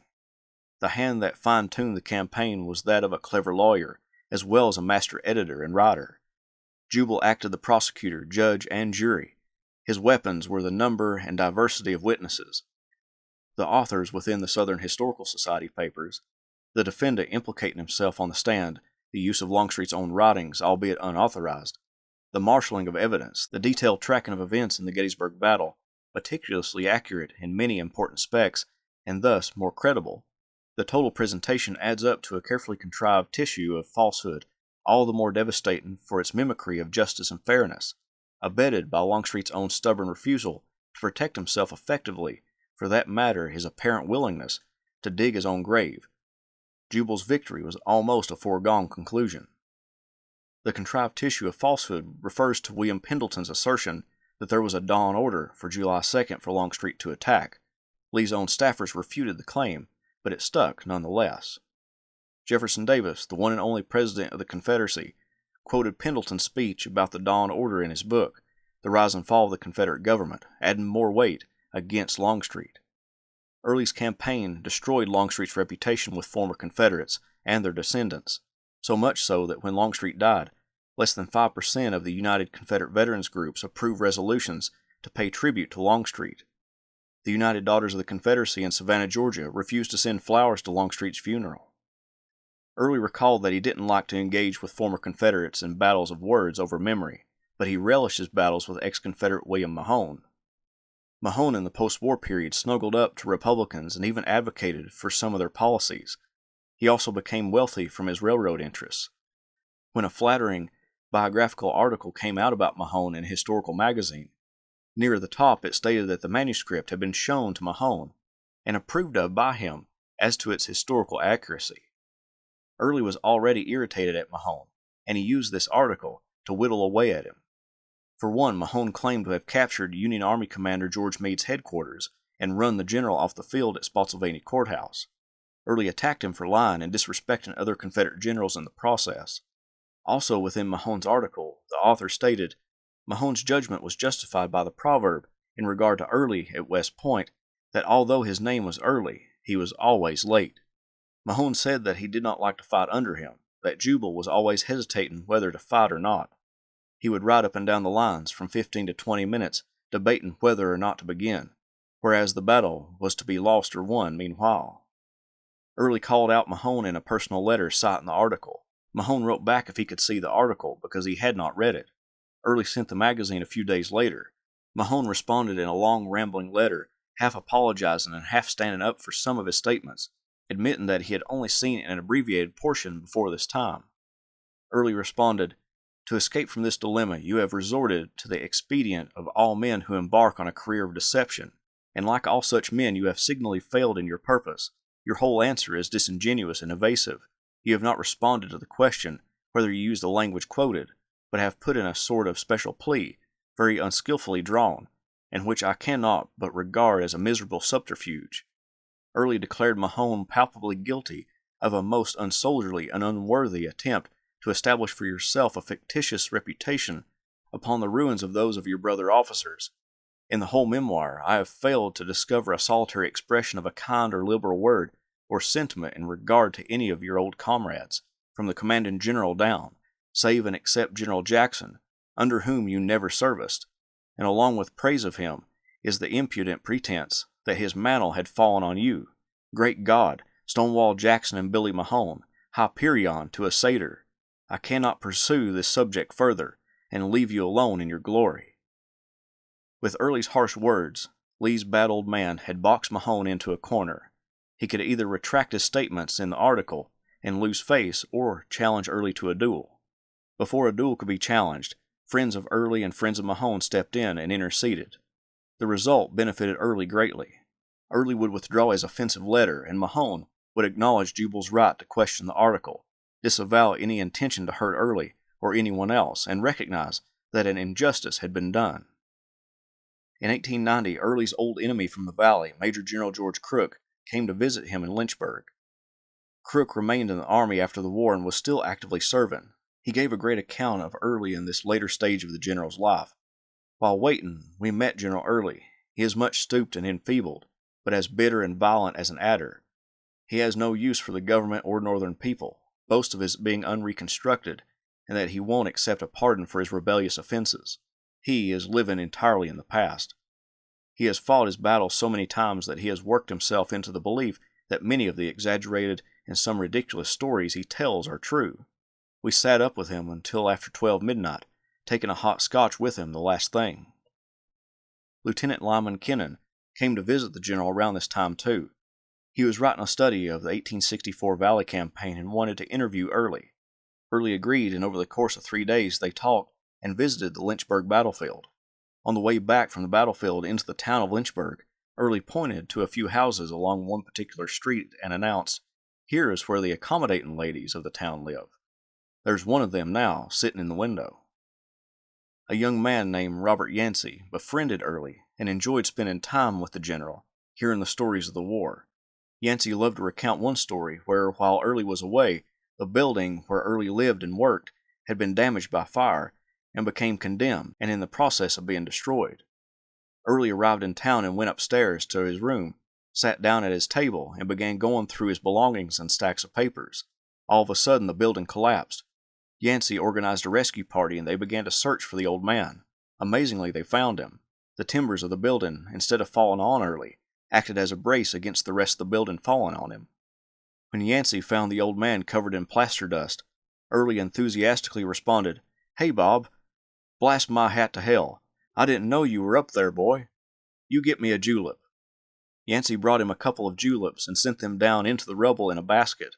The rescuers finally got him out with a few of the juleps inside of Early. On February 15, 1894, Early went to the post office in a hired carriage, as he did almost every day, but as he exited the building, he stumbled and rolled down into the street. People came to help him and got him back into the post office. Doctors were brought in. It appeared something was wrong, although Early refused medical treatment. He was taken home in the carriage, but he refused to get out and demanded the carriage take him back downtown so he could work out of his office at the bank. The carriage driver did as he was told. Early attempted to work as though nothing had happened, but the fall had hurt his back, but no bones were broken. After a few days of working in pain, he remained at home, eating intermittently. Numerous friends came to be by his side as the general's health deteriorated. When they heard about the old general's health failing, Confederate Generals Fitzhugh Lee and Dabney H. Maury came to be by the general's side. and one of his old staffers and good friend John Warwick Daniel came from Washington, D.C., where he was performing his senatorial duties, to be by the general's side. At 10:30 p.m. on Friday, March 2nd, 1894, Jubal Early passed away, with his hand clasped in John Daniel's hand. The funeral was held on March 5th in Lynchburg. The procession included the entire corps of cadets from the Virginia Military Institute and local militia units, with the old battle flag of the 11th Virginia Infantry holding a prominent position in the procession. More than 300 Confederate veterans either marched or rode horses in the caravan of admirers of Early. Early's hearse was pulled by 4 beautiful black horses. A soldier behind the hearse led the general's horse, with his sword on the saddle and his boots reversed in the stirrups. The funeral was held in the St. Paul's Episcopal Church. Then the body was taken to Spring Hill Cemetery, where the Lynchburg Light Artillery Blues fired a 17-gun salute and a bugler sounded taps. While the casket was still open, John Daniel approached it and kissed the brow of his old commander, whom he fought alongside in many battles. Then the body was laid to rest. Jubal Early was a controversial figure, even in his own time, not following traditional norms, like openly living with a woman unmarried and fathering multiple children with her. The irreligious Early was profane, irritable, and irascible, but deeply passionate. He loved the Union and fought against secession with determination. But once his state of Virginia withdrew from the Union that he loved, the United States no longer became his country. He now fought for another, and would continue to do so for the rest of his life. He fought at First Manassas, on the Peninsula, during the 7 days, at Cedar Mountain, Second Manassas, Antietam, Fredericksburg, Second Fredericksburg, Gettysburg, and rose to Lieutenant General during the Overland Campaign, battling Grant across the Virginia landscape. Robert E. Lee set him loose in the Shenandoah Valley, with Early pushing all the way to the fortifications of Washington, diverting incredible amounts of Union soldiers from Grant's operations around Petersburg. His initial success in the valley soon turned to defeat, and he fell out of favor with the Southern public, even though Lee had confidence in him. When Lee surrendered, he refused to, first traveling to Mexico, then Canada. When he finally returned to Virginia, he helped create the Lee cult and began attacking one of his former comrades, James Longstreet, who represented Confederate defeat, and Early believed Longstreet had stabbed the Confederacy and himself in the back with his actions at Gettysburg and with switching political parties after the war. Of all Confederate generals, Early may have the longest lasting legacy because of his efforts to create the lost cause. Despite his solid military record, he will be most remembered for promoting the lost cause and raising Lee and Stonewall Jackson to demigod status. As for the man himself, Jubal Early will always be Lee's bad old man. If you like what I do, please consider subscribing to the channel if you haven't done so already, join the Patreon page, and purchase something from the Teespring store or Etsy shop. Every little bit helps. Thank you.